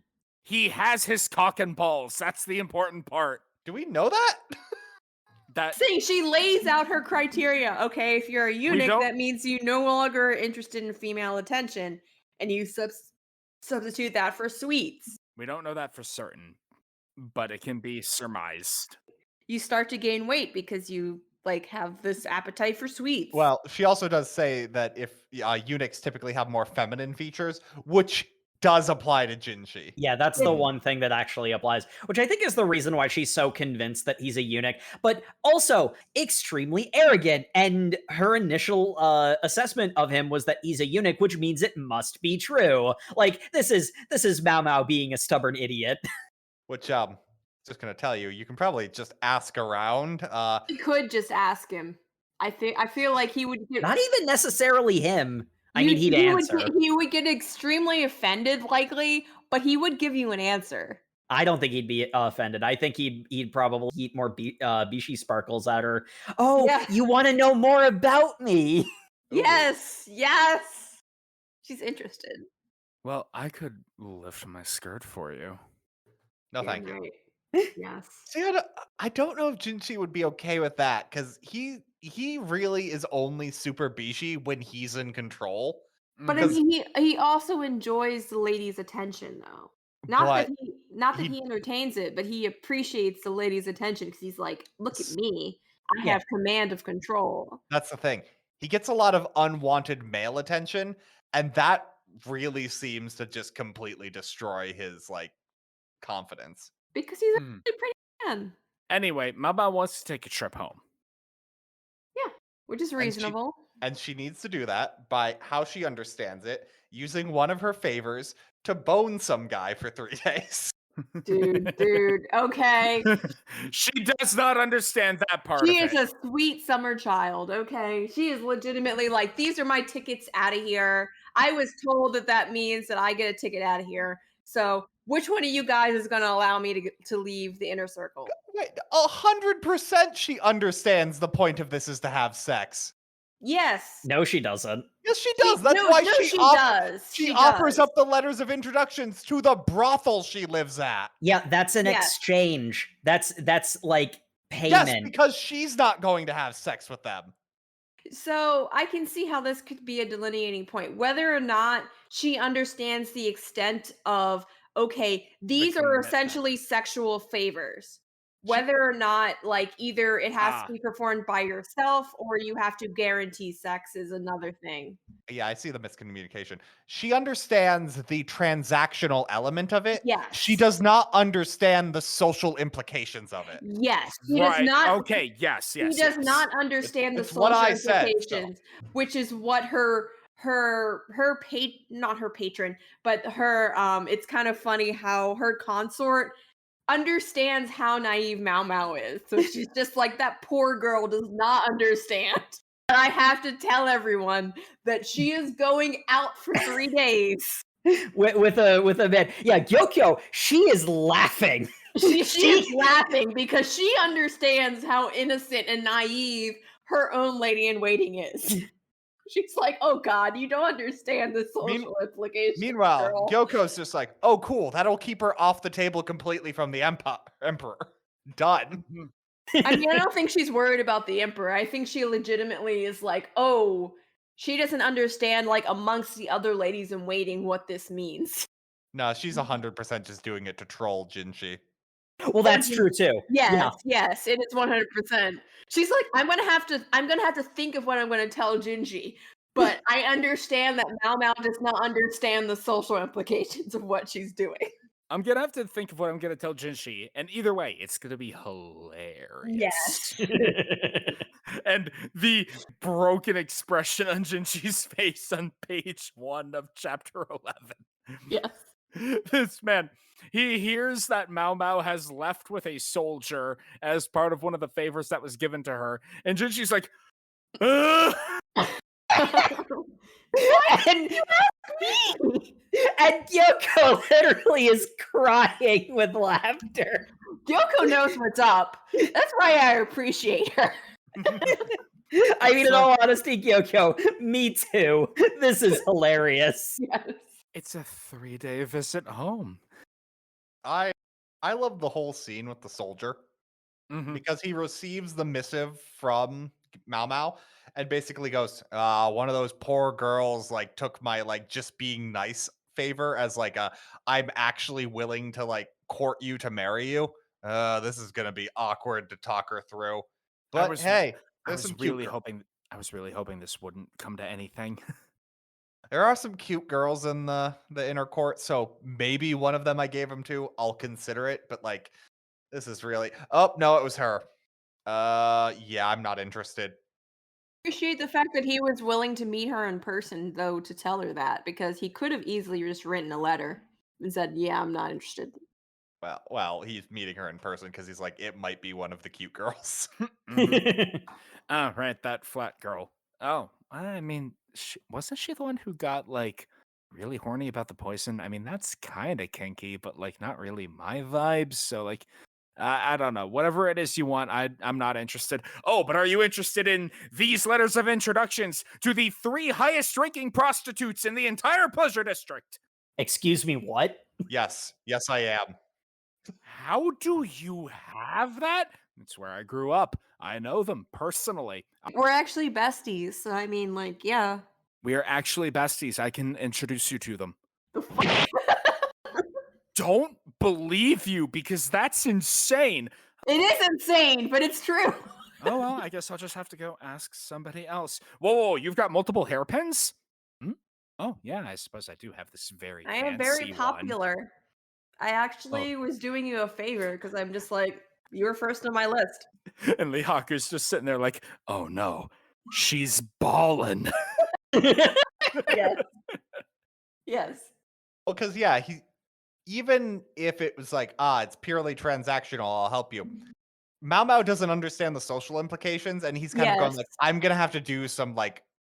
She has an overactive logic brain and not realizing the social, because she's like in the center of like social interactions matter.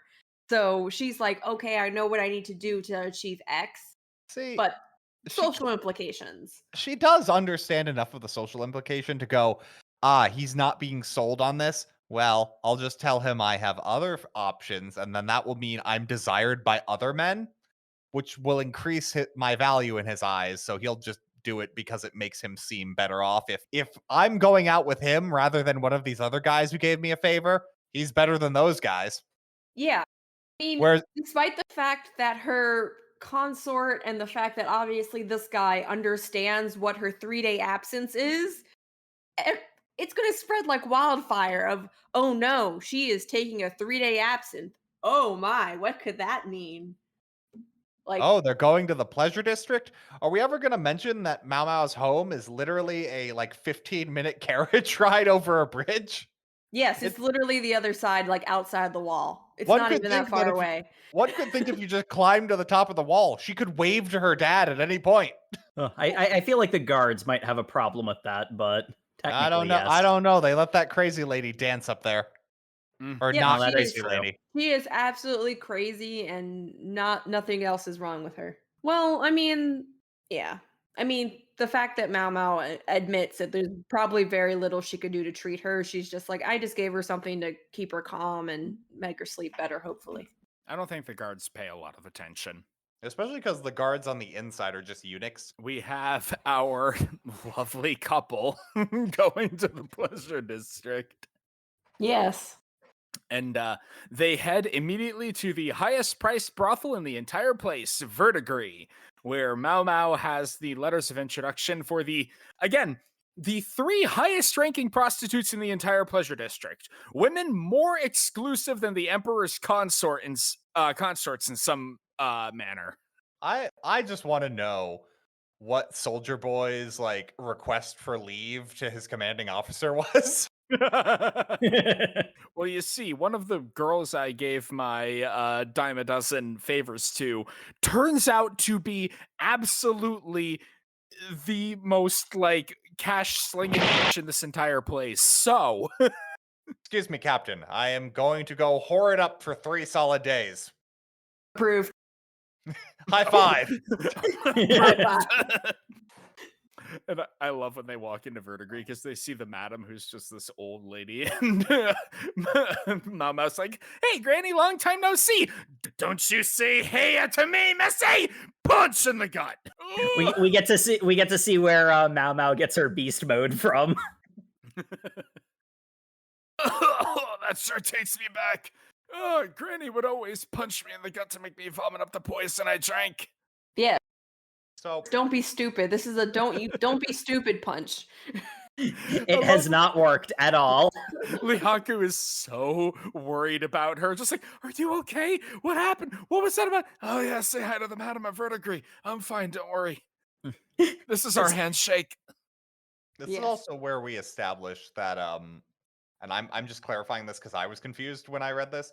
MaoMao has been sending half of her poison taster pay back to the brothel. Well, yeah, because they helped raise her. But I mean, is it back to the brothel? Because she also mentions the fact that she's also indebted to send her pay to the flesh sellers. No, the flesh sellers are getting half of her pay already. This is the bonus pay. She spent a lot of time in Verdigris, and partially they helped raise her, partially she has a tab for all the stuff that she's bummed from them. So like there's a familial, like not blood related, but a familial relationship. Yeah, and I don't think MaoMao's dad is that great of a dad. I'm gonna guess that. Yeah, she respects him. Yeah.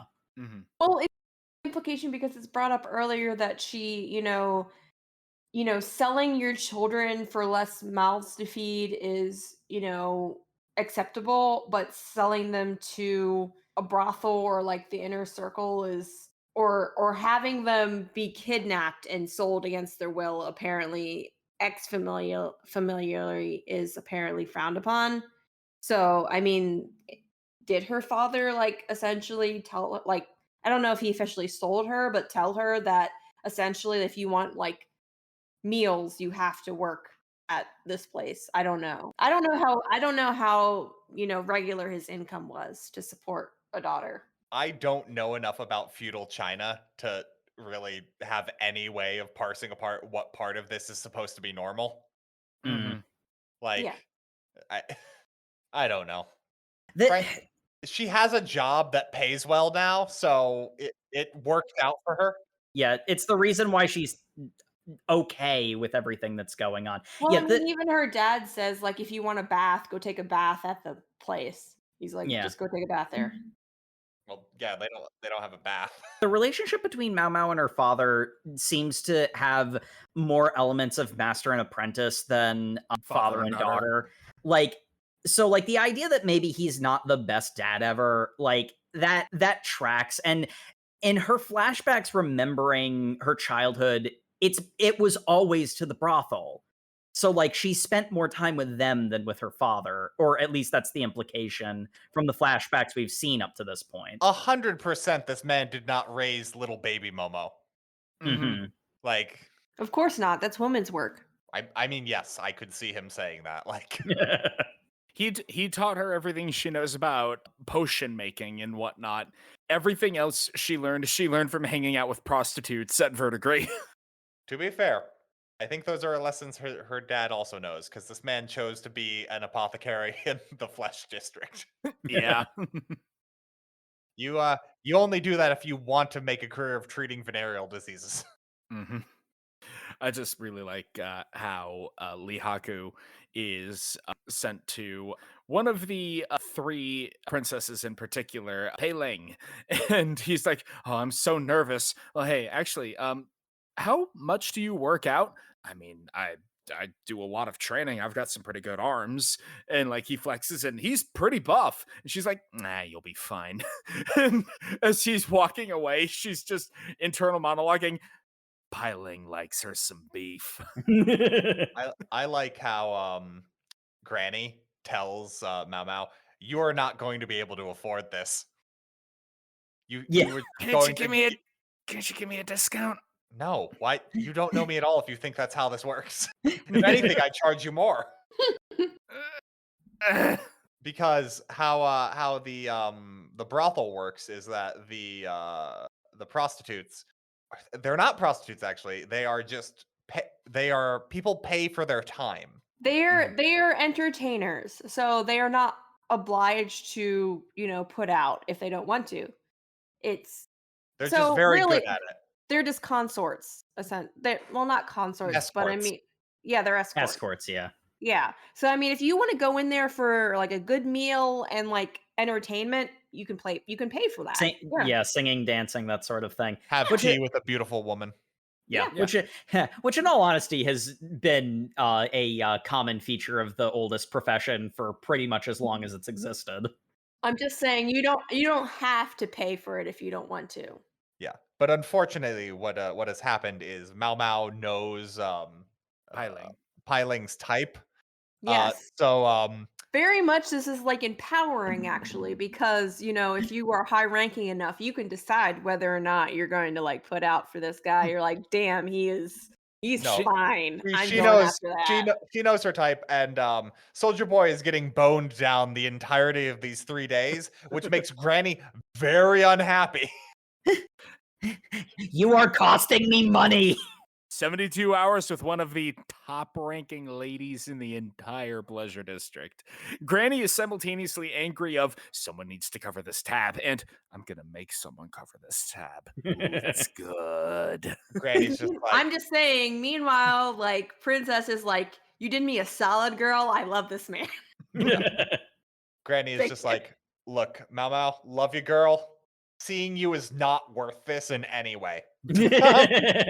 And Pai Ling's just like, ooh, this big, strong soldier you brought me.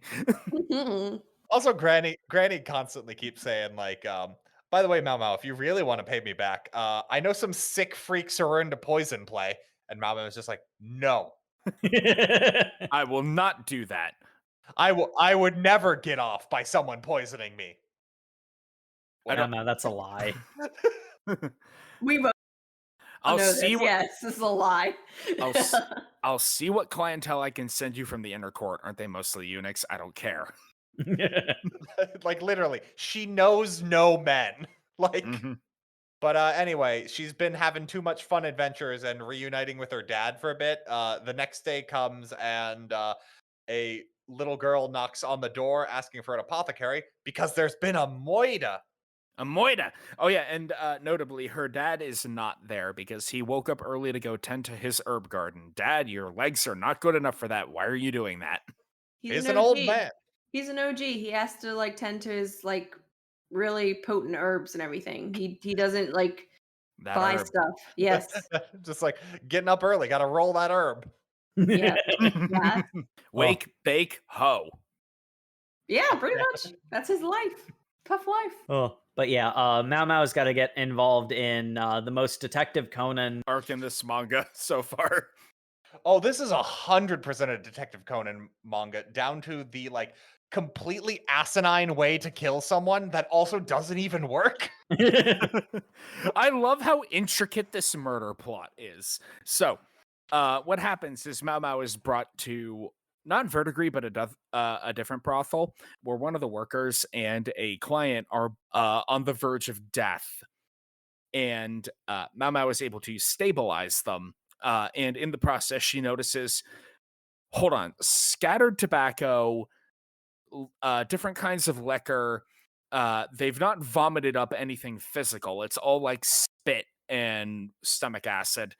Okay, so they've ingested something diluted into something they drank. It's got to be the tobacco. Don't bring me water. That might just make it worse. Get me charcoal and also my father. You, kid who brought me here, go get him. Well, actually, it's kind of like that, but you mentioned the part about diluted. That's what her father finds out when he hits the scene and goes, "Why didn't you give them water?"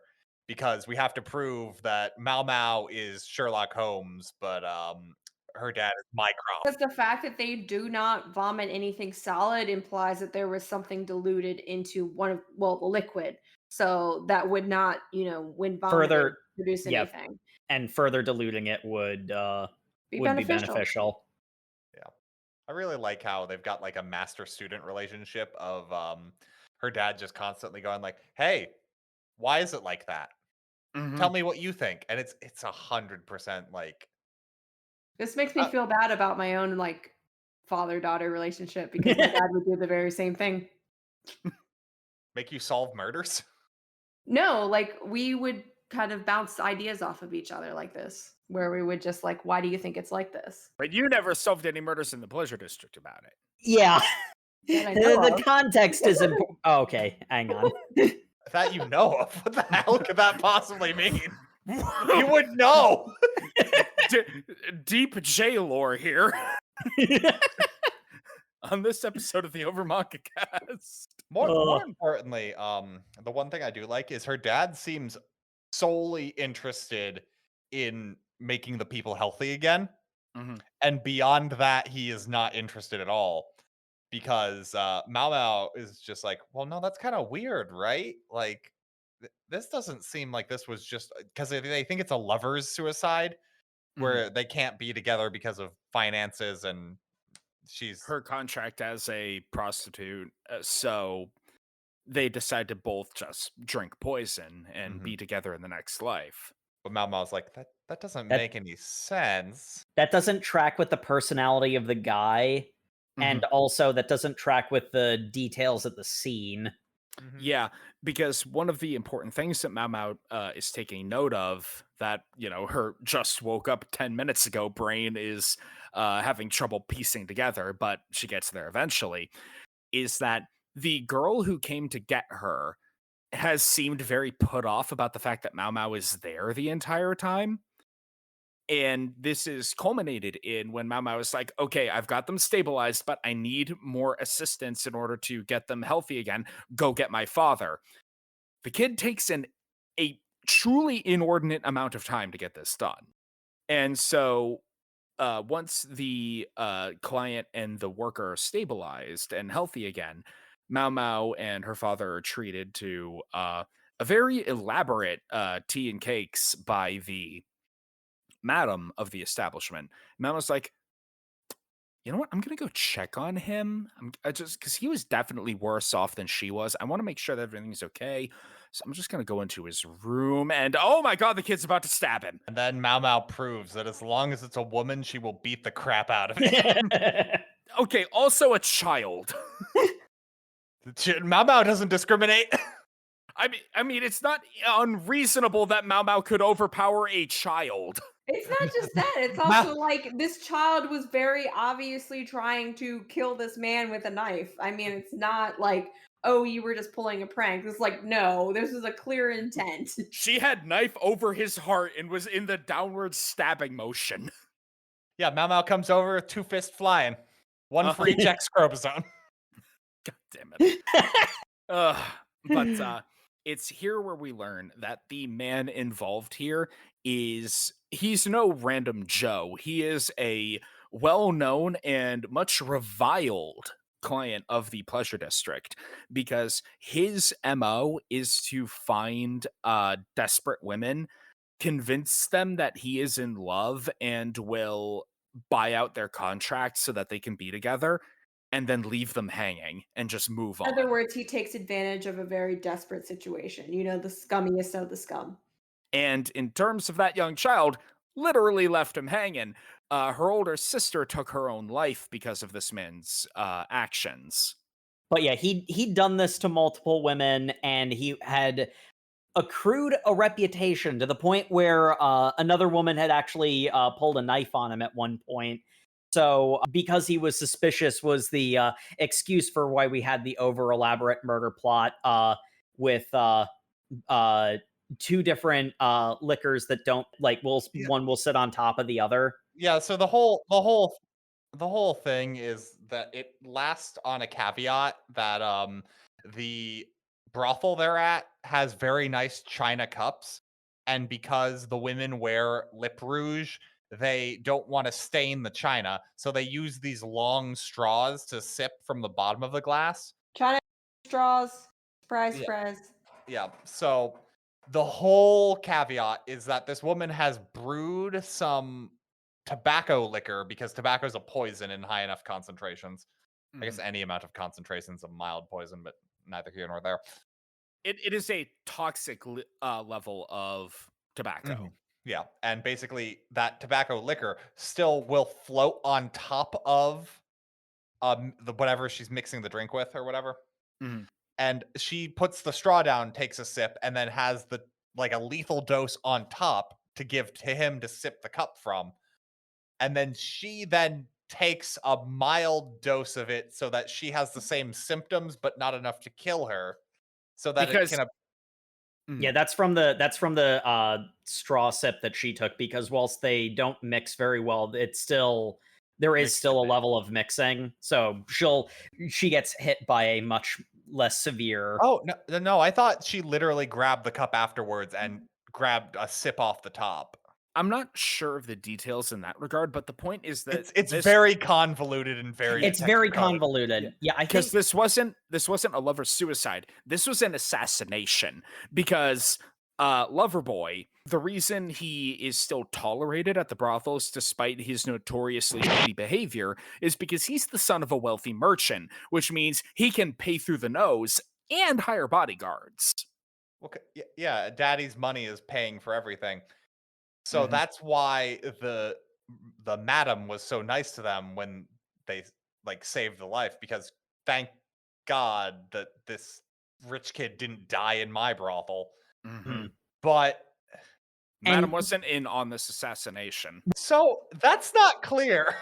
No, actually, I love this. This is actually a really cool moment, because what the point of all of this is MaoMao is starting to put together, wait a second, the kid who went probably knew what was going on. She might have been in on it because of how much she was lollygagging when medical attention was needed imminently.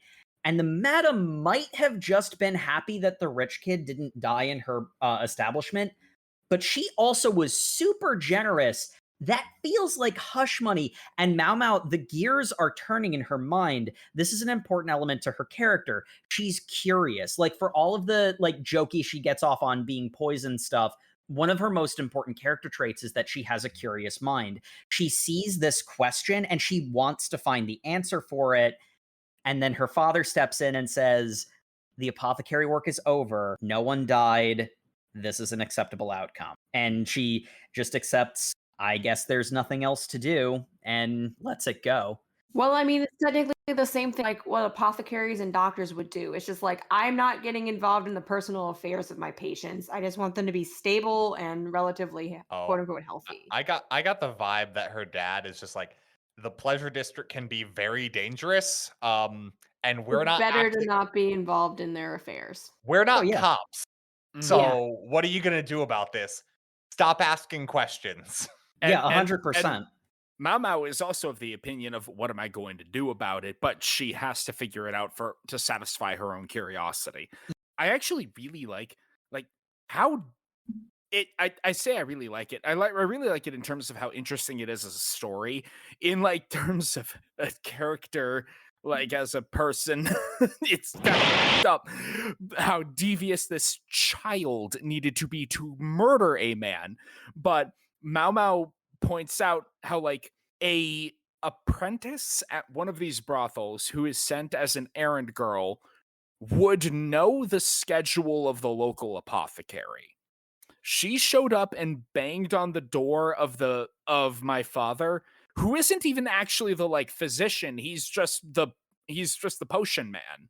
Mm-hmm. There's like a distinction there. They could have gone to get a doctor, which probably would have been the right call. But no, they went to get the apothecary, and she showed up while father was away tending the garden.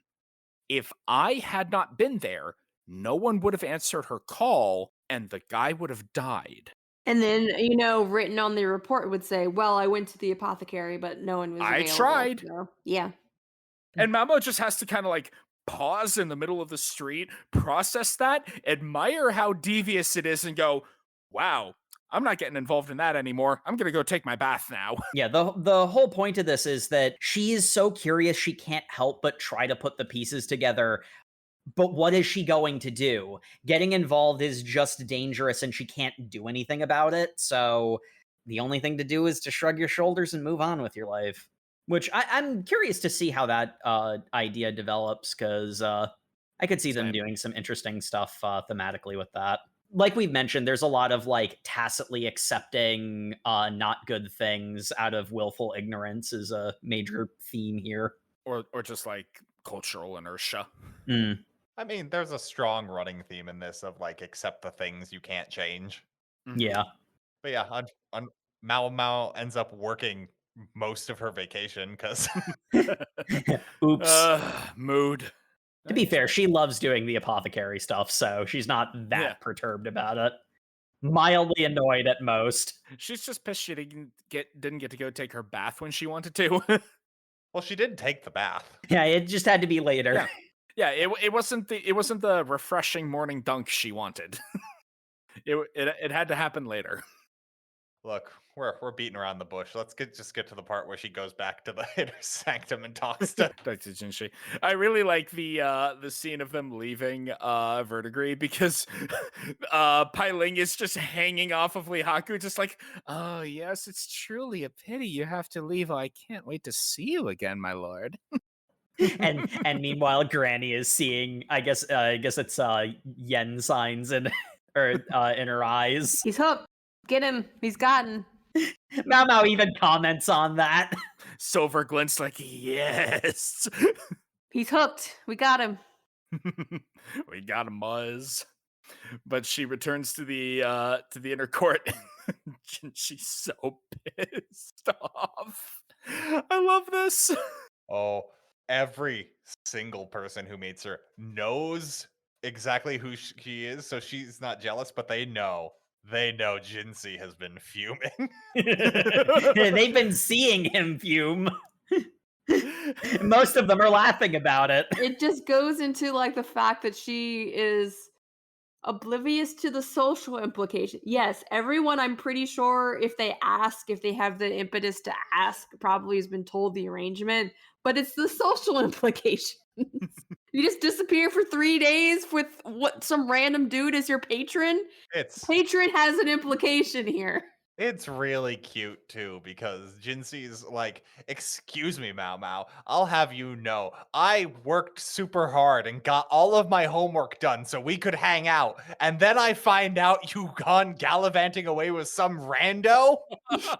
You could have gone away with me! The one time he actually knuckled down and got his paperwork done was hoping she would come to him with the favor. And instead, she went out with Lihaku. And she's just so proud of herself because she's so pleased with like the level of deviousness of like, oh yes, I tricked him into taking me out, and I didn't have to deal with him for those 3 days. I'm sure he was very satiated. She's just like blue screening, dropping his teacup. I gave him a night to remember the stuff that dreams are made of. I'm just saying, I fully believe he did blue screen. He legitimately could not compute beyond that. So, as I alluded to earlier, the bonus chapters are he did blue screen. Mm-hmm. And then MaoMao sees that he dropped his drink down the front of his pants, goes over, kneels on her knees in front of him, and like dries the front of his trousers off, then gets up and leaves. And he comes out of his blue screen like, wait, did I space out and miss something good? She's so happy with herself. Just like, I think he was thoroughly satiated. I'm too happy to see that my efforts did not go to waste. MaoMao, you have to know what you're saying, right? There's no way she can't. She grew up in a brothel. Like, this level of being unaware is... Yep. And I love... She's willfully ignorant. It's not something she cares about, so as far as she's concerned, it doesn't exist. She's willfully ignorant, but I mean, legitimately, as we have addressed, at least this far in the reading previously, she knows theoretically how to please a man. But if she were to say, hey, I know how to please a man, people would imply things. But she's right, probably. And I love it. She goes to leave to get a napkin after Jinshi drops his teacup. And there's Kyoku just laughing her ass off on the other side of the door. I said what I said. Yoko and like the three like underling ladies in waiting, they are all freaking reveling in this. They're having such a good time, and the head lady in waiting is like, MaoMao, please. I mean, I have to say I love this little I don't want to say family quite yet, but I love this little group for her because they like totally see what her jib is, and they're just like, yes. We are on board for this little gremlin's chaos. It is so much fun. Yes. And then there's the two adults in the room is Jinshi's attendant and the head lady in waiting, who are both just like, I can't believe this is still happening. Yes.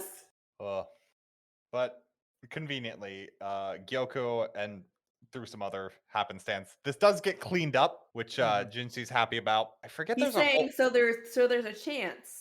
Yeah. They also drop another hint about like, hey, do you think Jinshi's got some weird secret thing going on? We're like, we get it. He's the Emperor's brother. Let's move on. Your obvious plot twist is obvious.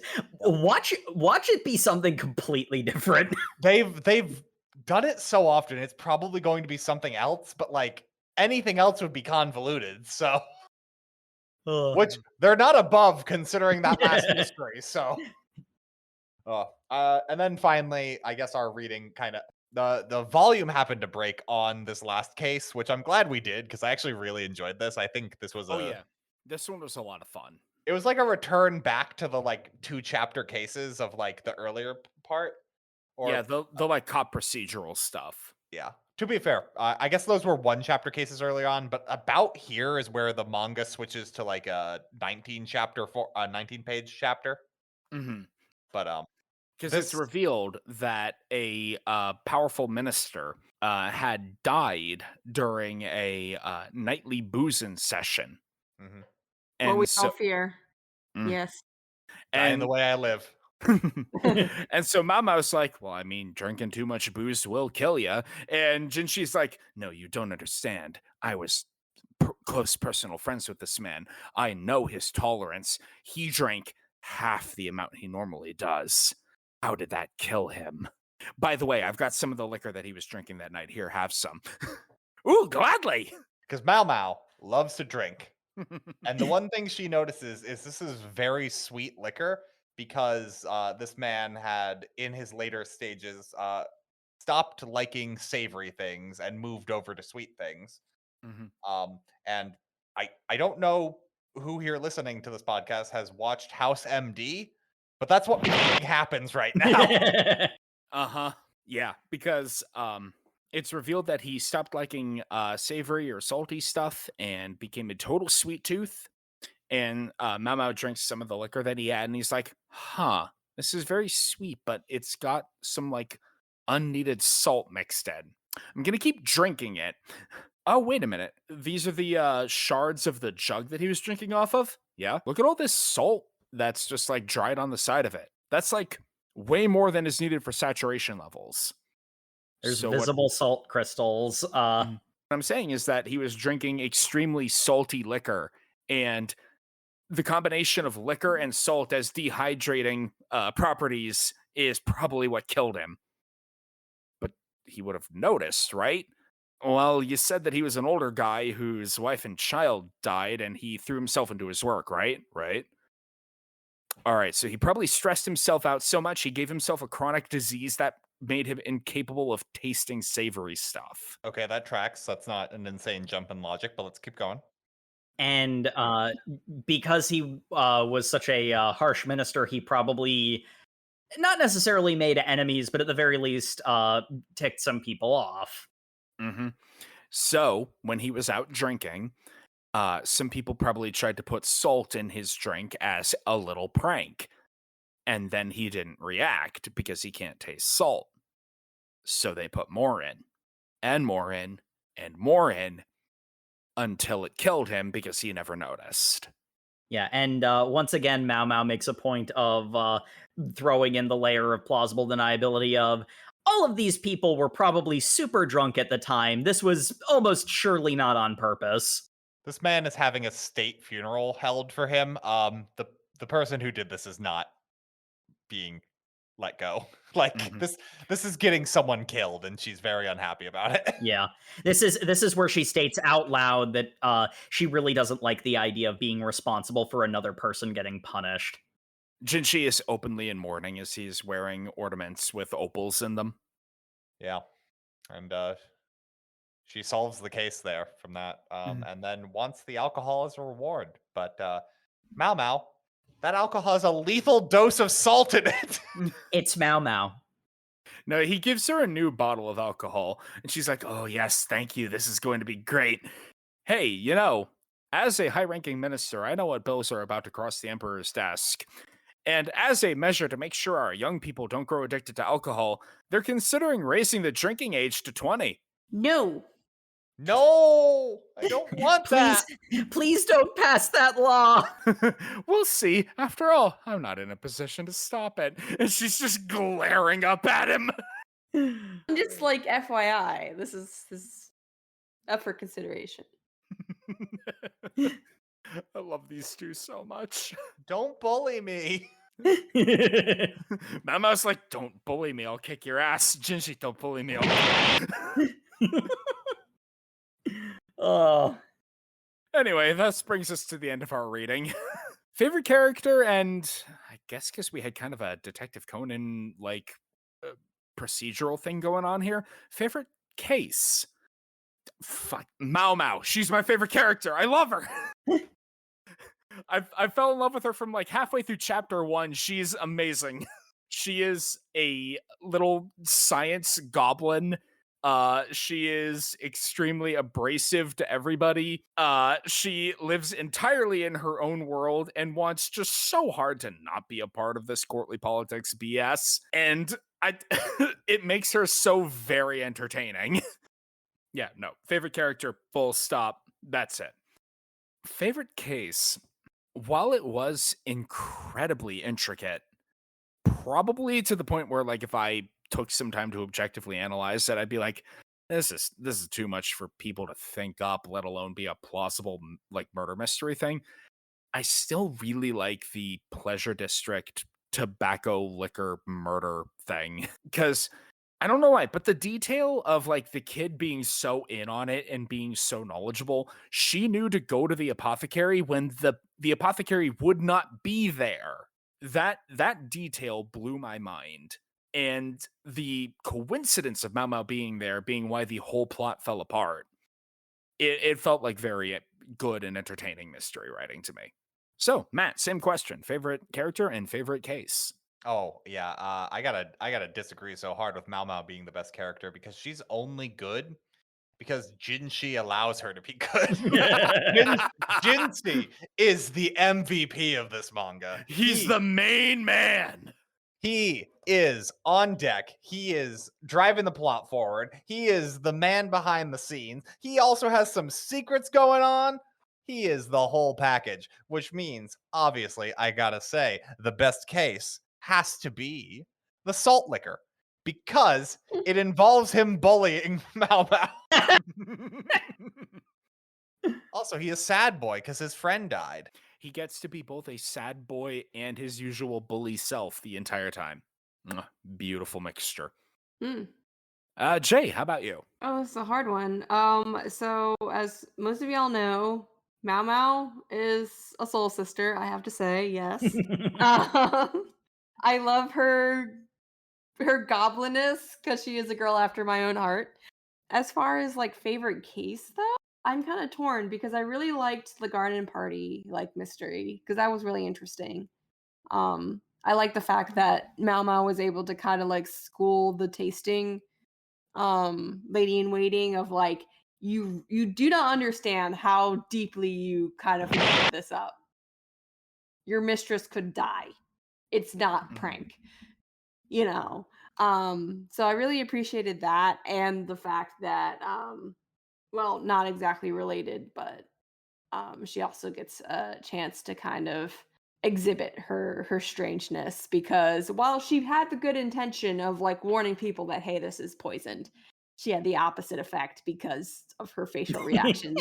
So sometimes controlling the facial reactions is very important. I know this from first-hand experience of like yes you have to like not give mixed messages.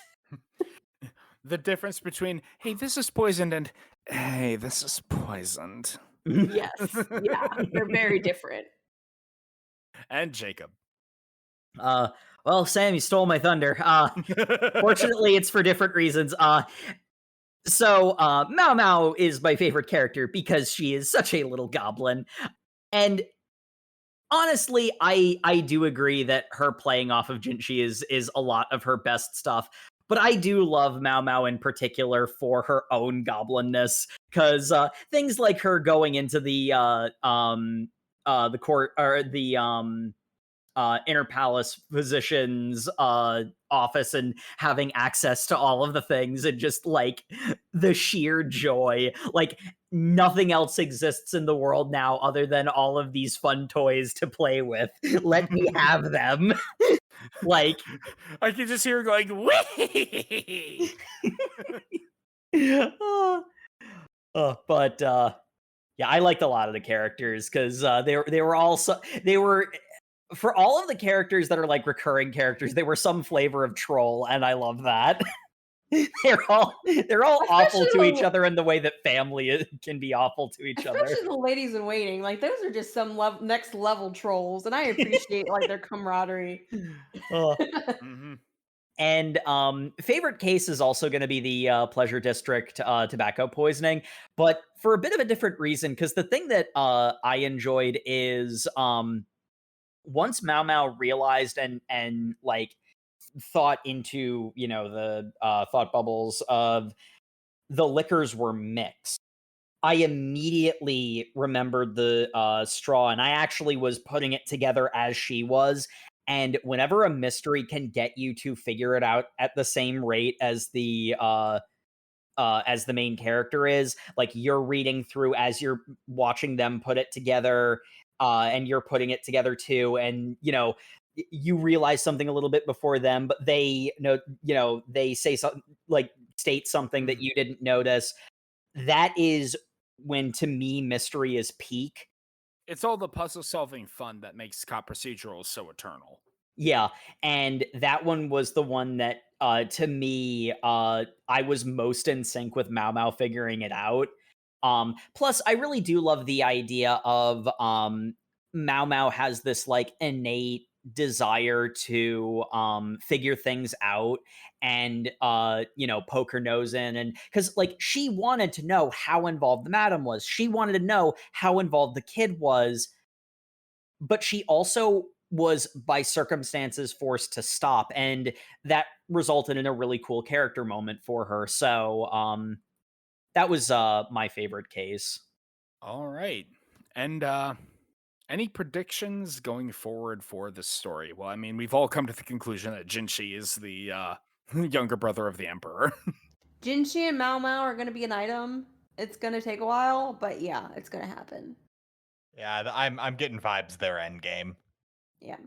It certainly seems that way. She's gonna upgrade so hard that she's not even gonna know how to process it. Someone's gonna poison the actual emperor, and then the younger brother's gonna be the new emperor, and then she's gonna be thrown into the fact that she's the empress. Well, she she just could wants also to just do be a poison. consort. He has to decide to make her the empress. He would do that. He would do that in a heart. He would do that even if she told him not to. Don't bully me. No, you're not going to make me empress because I'd be horrible at it. You know what? Try me. Yes, you would, and I'm here for the chaos. Screw the country. I'm gonna have some fun. The Emperor Classic. Of course, the ultimate question: would you continue reading? I've already started on chapter 15. I loved this. Like I went into this not knowing what to expect, and I came out of it being just like, how have I not read this before? This is awesome. I'm looking forward to the anime as well. So, yeah.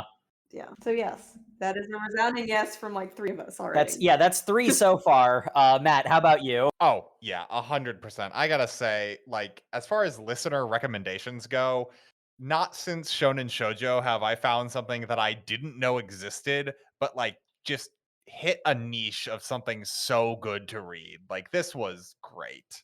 If I had to give like a comparison, I would put this up with The Tiger's Daughter in terms of like something I didn't expect to like, and then it hit all the notes for me.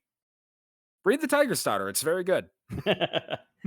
Yeah, I mean, that's something good characters will do for you, because when we were debating the convoluted nature of the cases, we're having a good time. We're having a good time with all of the wackiness going on. I do want to clarify.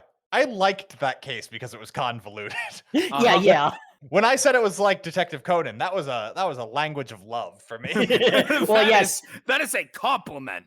If you're new to the cast, yes, that's I never laughed harder than when MaoMao invented fingerprinting. As soon as she was like, "Get me flour and cotton," I was like, "Oh no." She's gonna fingerprint the bull. Are you kidding me? This is like not even 1000s China. What are you doing? It's going off the meme of China invented everything. China did it. But China didn't. MaoMao invented it. MaoMao invented everything. MaoMao is the reason China had so much technology. That's probably what she thinks in her own mind, and that's why I love her. Ooh, when MaoMao invents a lie detector.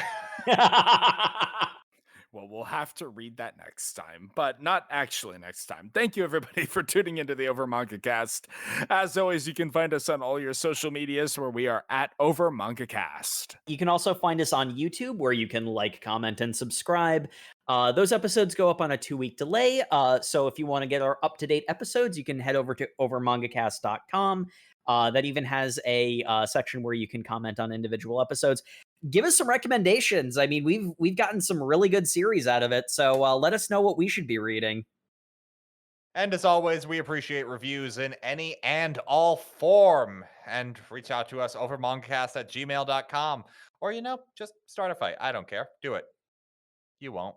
Don't bully them. Me. Sure. Well, I'm not letting them know the market we're having is people who want to be bullied. And make sure to tune in next Thursday, where we are going to be reading Freyren Beyond Journey's End, chapters 1 through 17. So if you're keeping up with the show, make sure to read that, and we'll see you all next Thursday. Good night, everybody. Good night, everybody. Good night. Good luck. Yeah, you're fucking waiting for your end of the episode bit, right? Yeah, you stupid piece of shit. You think you're good? No. You're not worth listening to this. That you're taking the bullying to a next level. This is supposed to be like top level, like ribbing. Wait. No. You gotta save that for the premium. They gotta pay for this. Yeah. If you want to be a Dami Mommy, Matt, you have to like get people to pay for that. I think there are other problems with me being a Dami Mommy. Cut.